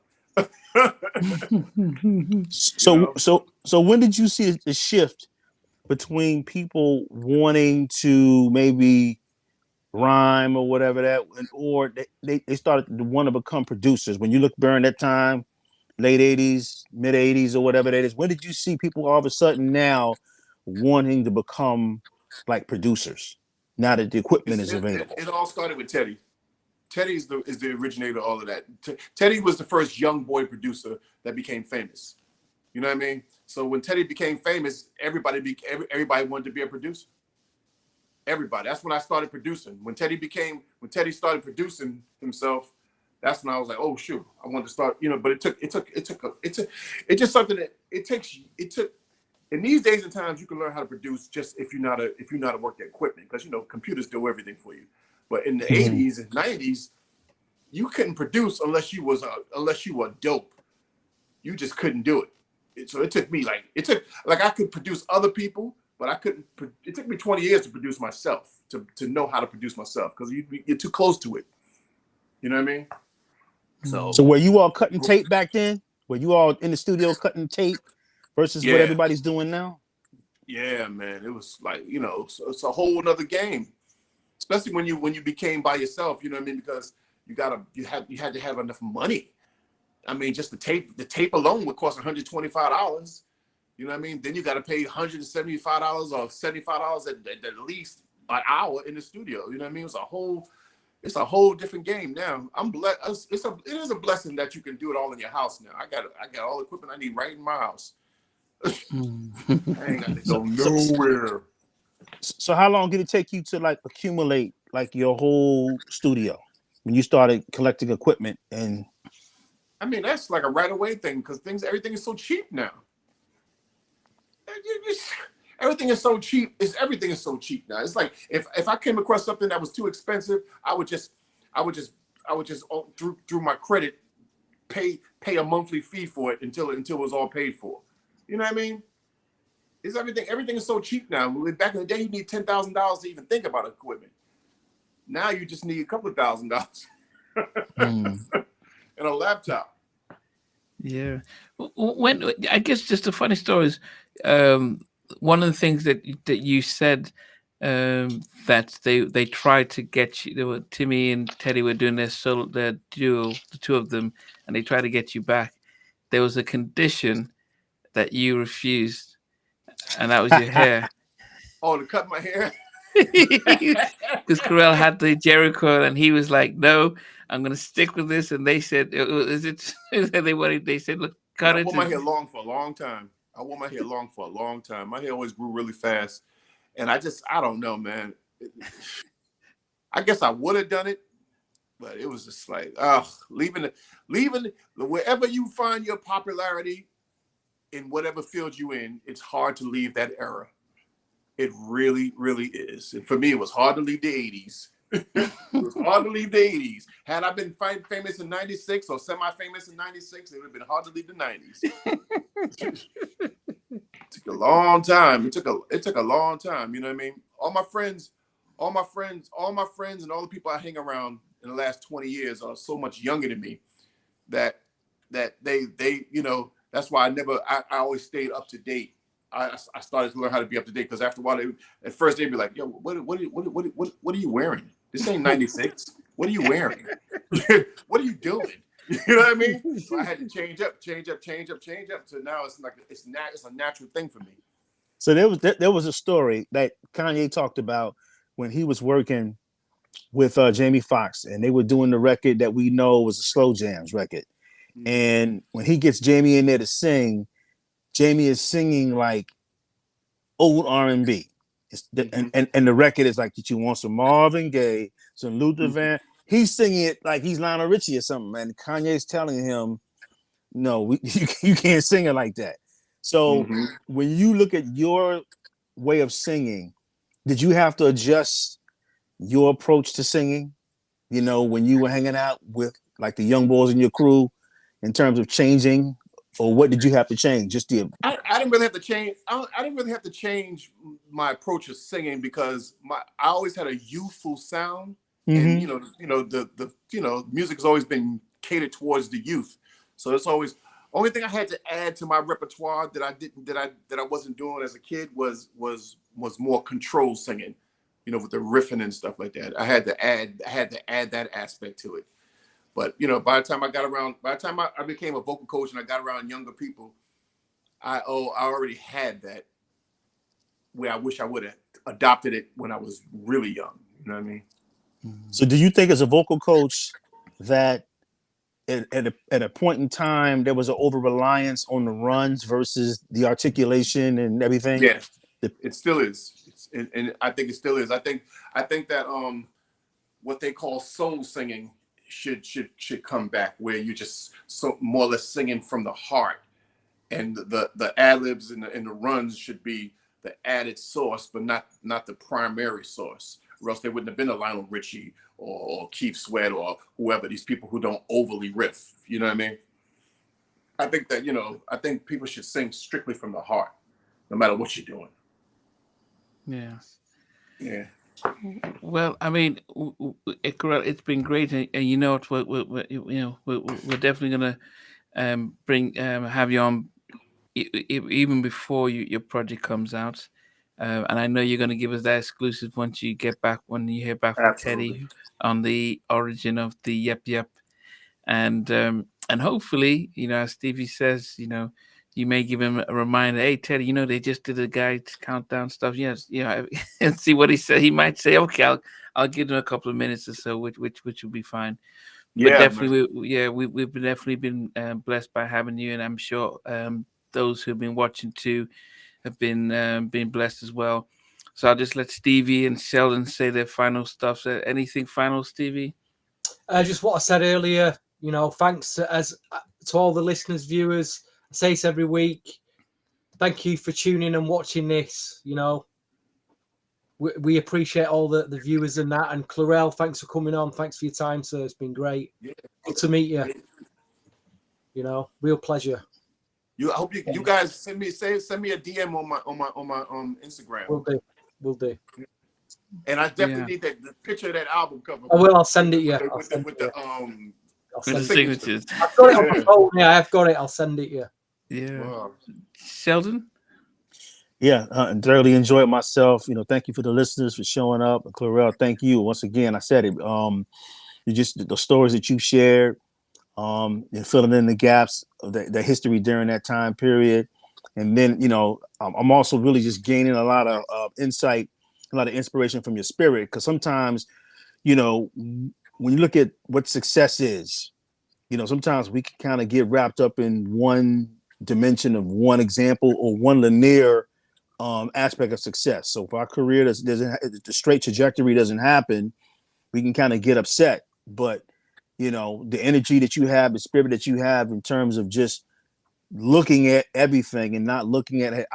The biggest thing is that you were there, you know, but you don't look at it like, you know, I missed the boat or I failed or whatever. And then you were very super transparent, because a lot of people are not doing that. Or there's some bitterness and all things like that. So really, I really appreciate you being transparent, sharing your stories. Very inspiring, very motivating. So, you know, thank you for your time, brother. I appreciate that. Thank you, man. Thank you. I feel the same way about you, man. Thanks, man. Thank you. Yeah. Thank you. And then for me, it's always the fact that that you made your time. I asked you, and you said sure, no thing, and so that to me, it's just shows the nature of yourself.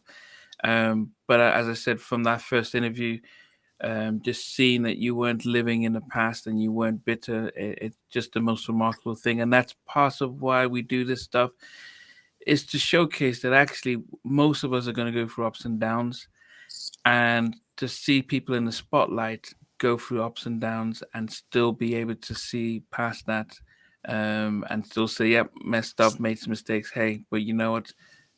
I still have time to make up for that." That's a remarkable Right. thing. So we That's definitely right. appreciate you for that. Yeah, yeah, So what? it's inspiring. It's the joy in your creativity. It shows, man. I watch your videos. You know, just see the Yeah, energy, man. See the joy. So yeah. yeah. Wow, let's do this again, man. Yeah, no, don't worry. Yeah, definitely, we'll do so. So we thank you, Clurel, and we'll Stevie and Sheldon will hit you up on IG and stuff, and Hey, yeah. one question, Nnamdi. Do you ever come to America?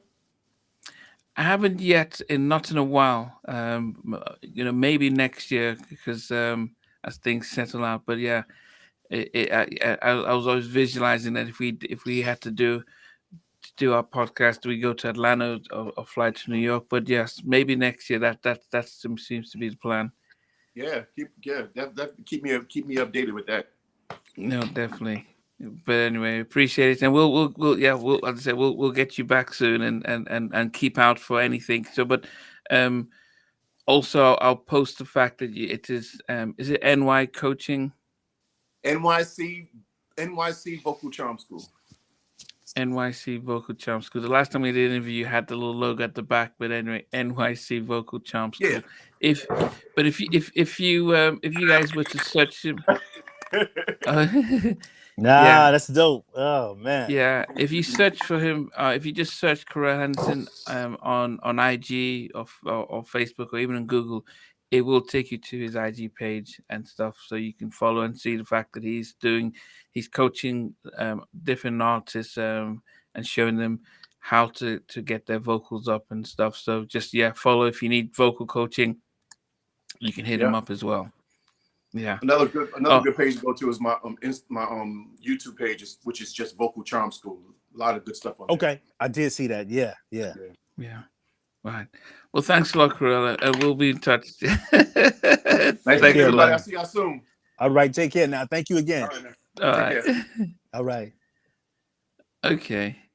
So, wow, he was doing Teddy Jam. Yeah, I thought I was Marion Marsha doing that, man. I didn't even know. Wow. Oh goodness, he just dropped it out as if yeah. Wow. Well, Stevie, I wonder if you were as tired as I was yesterday.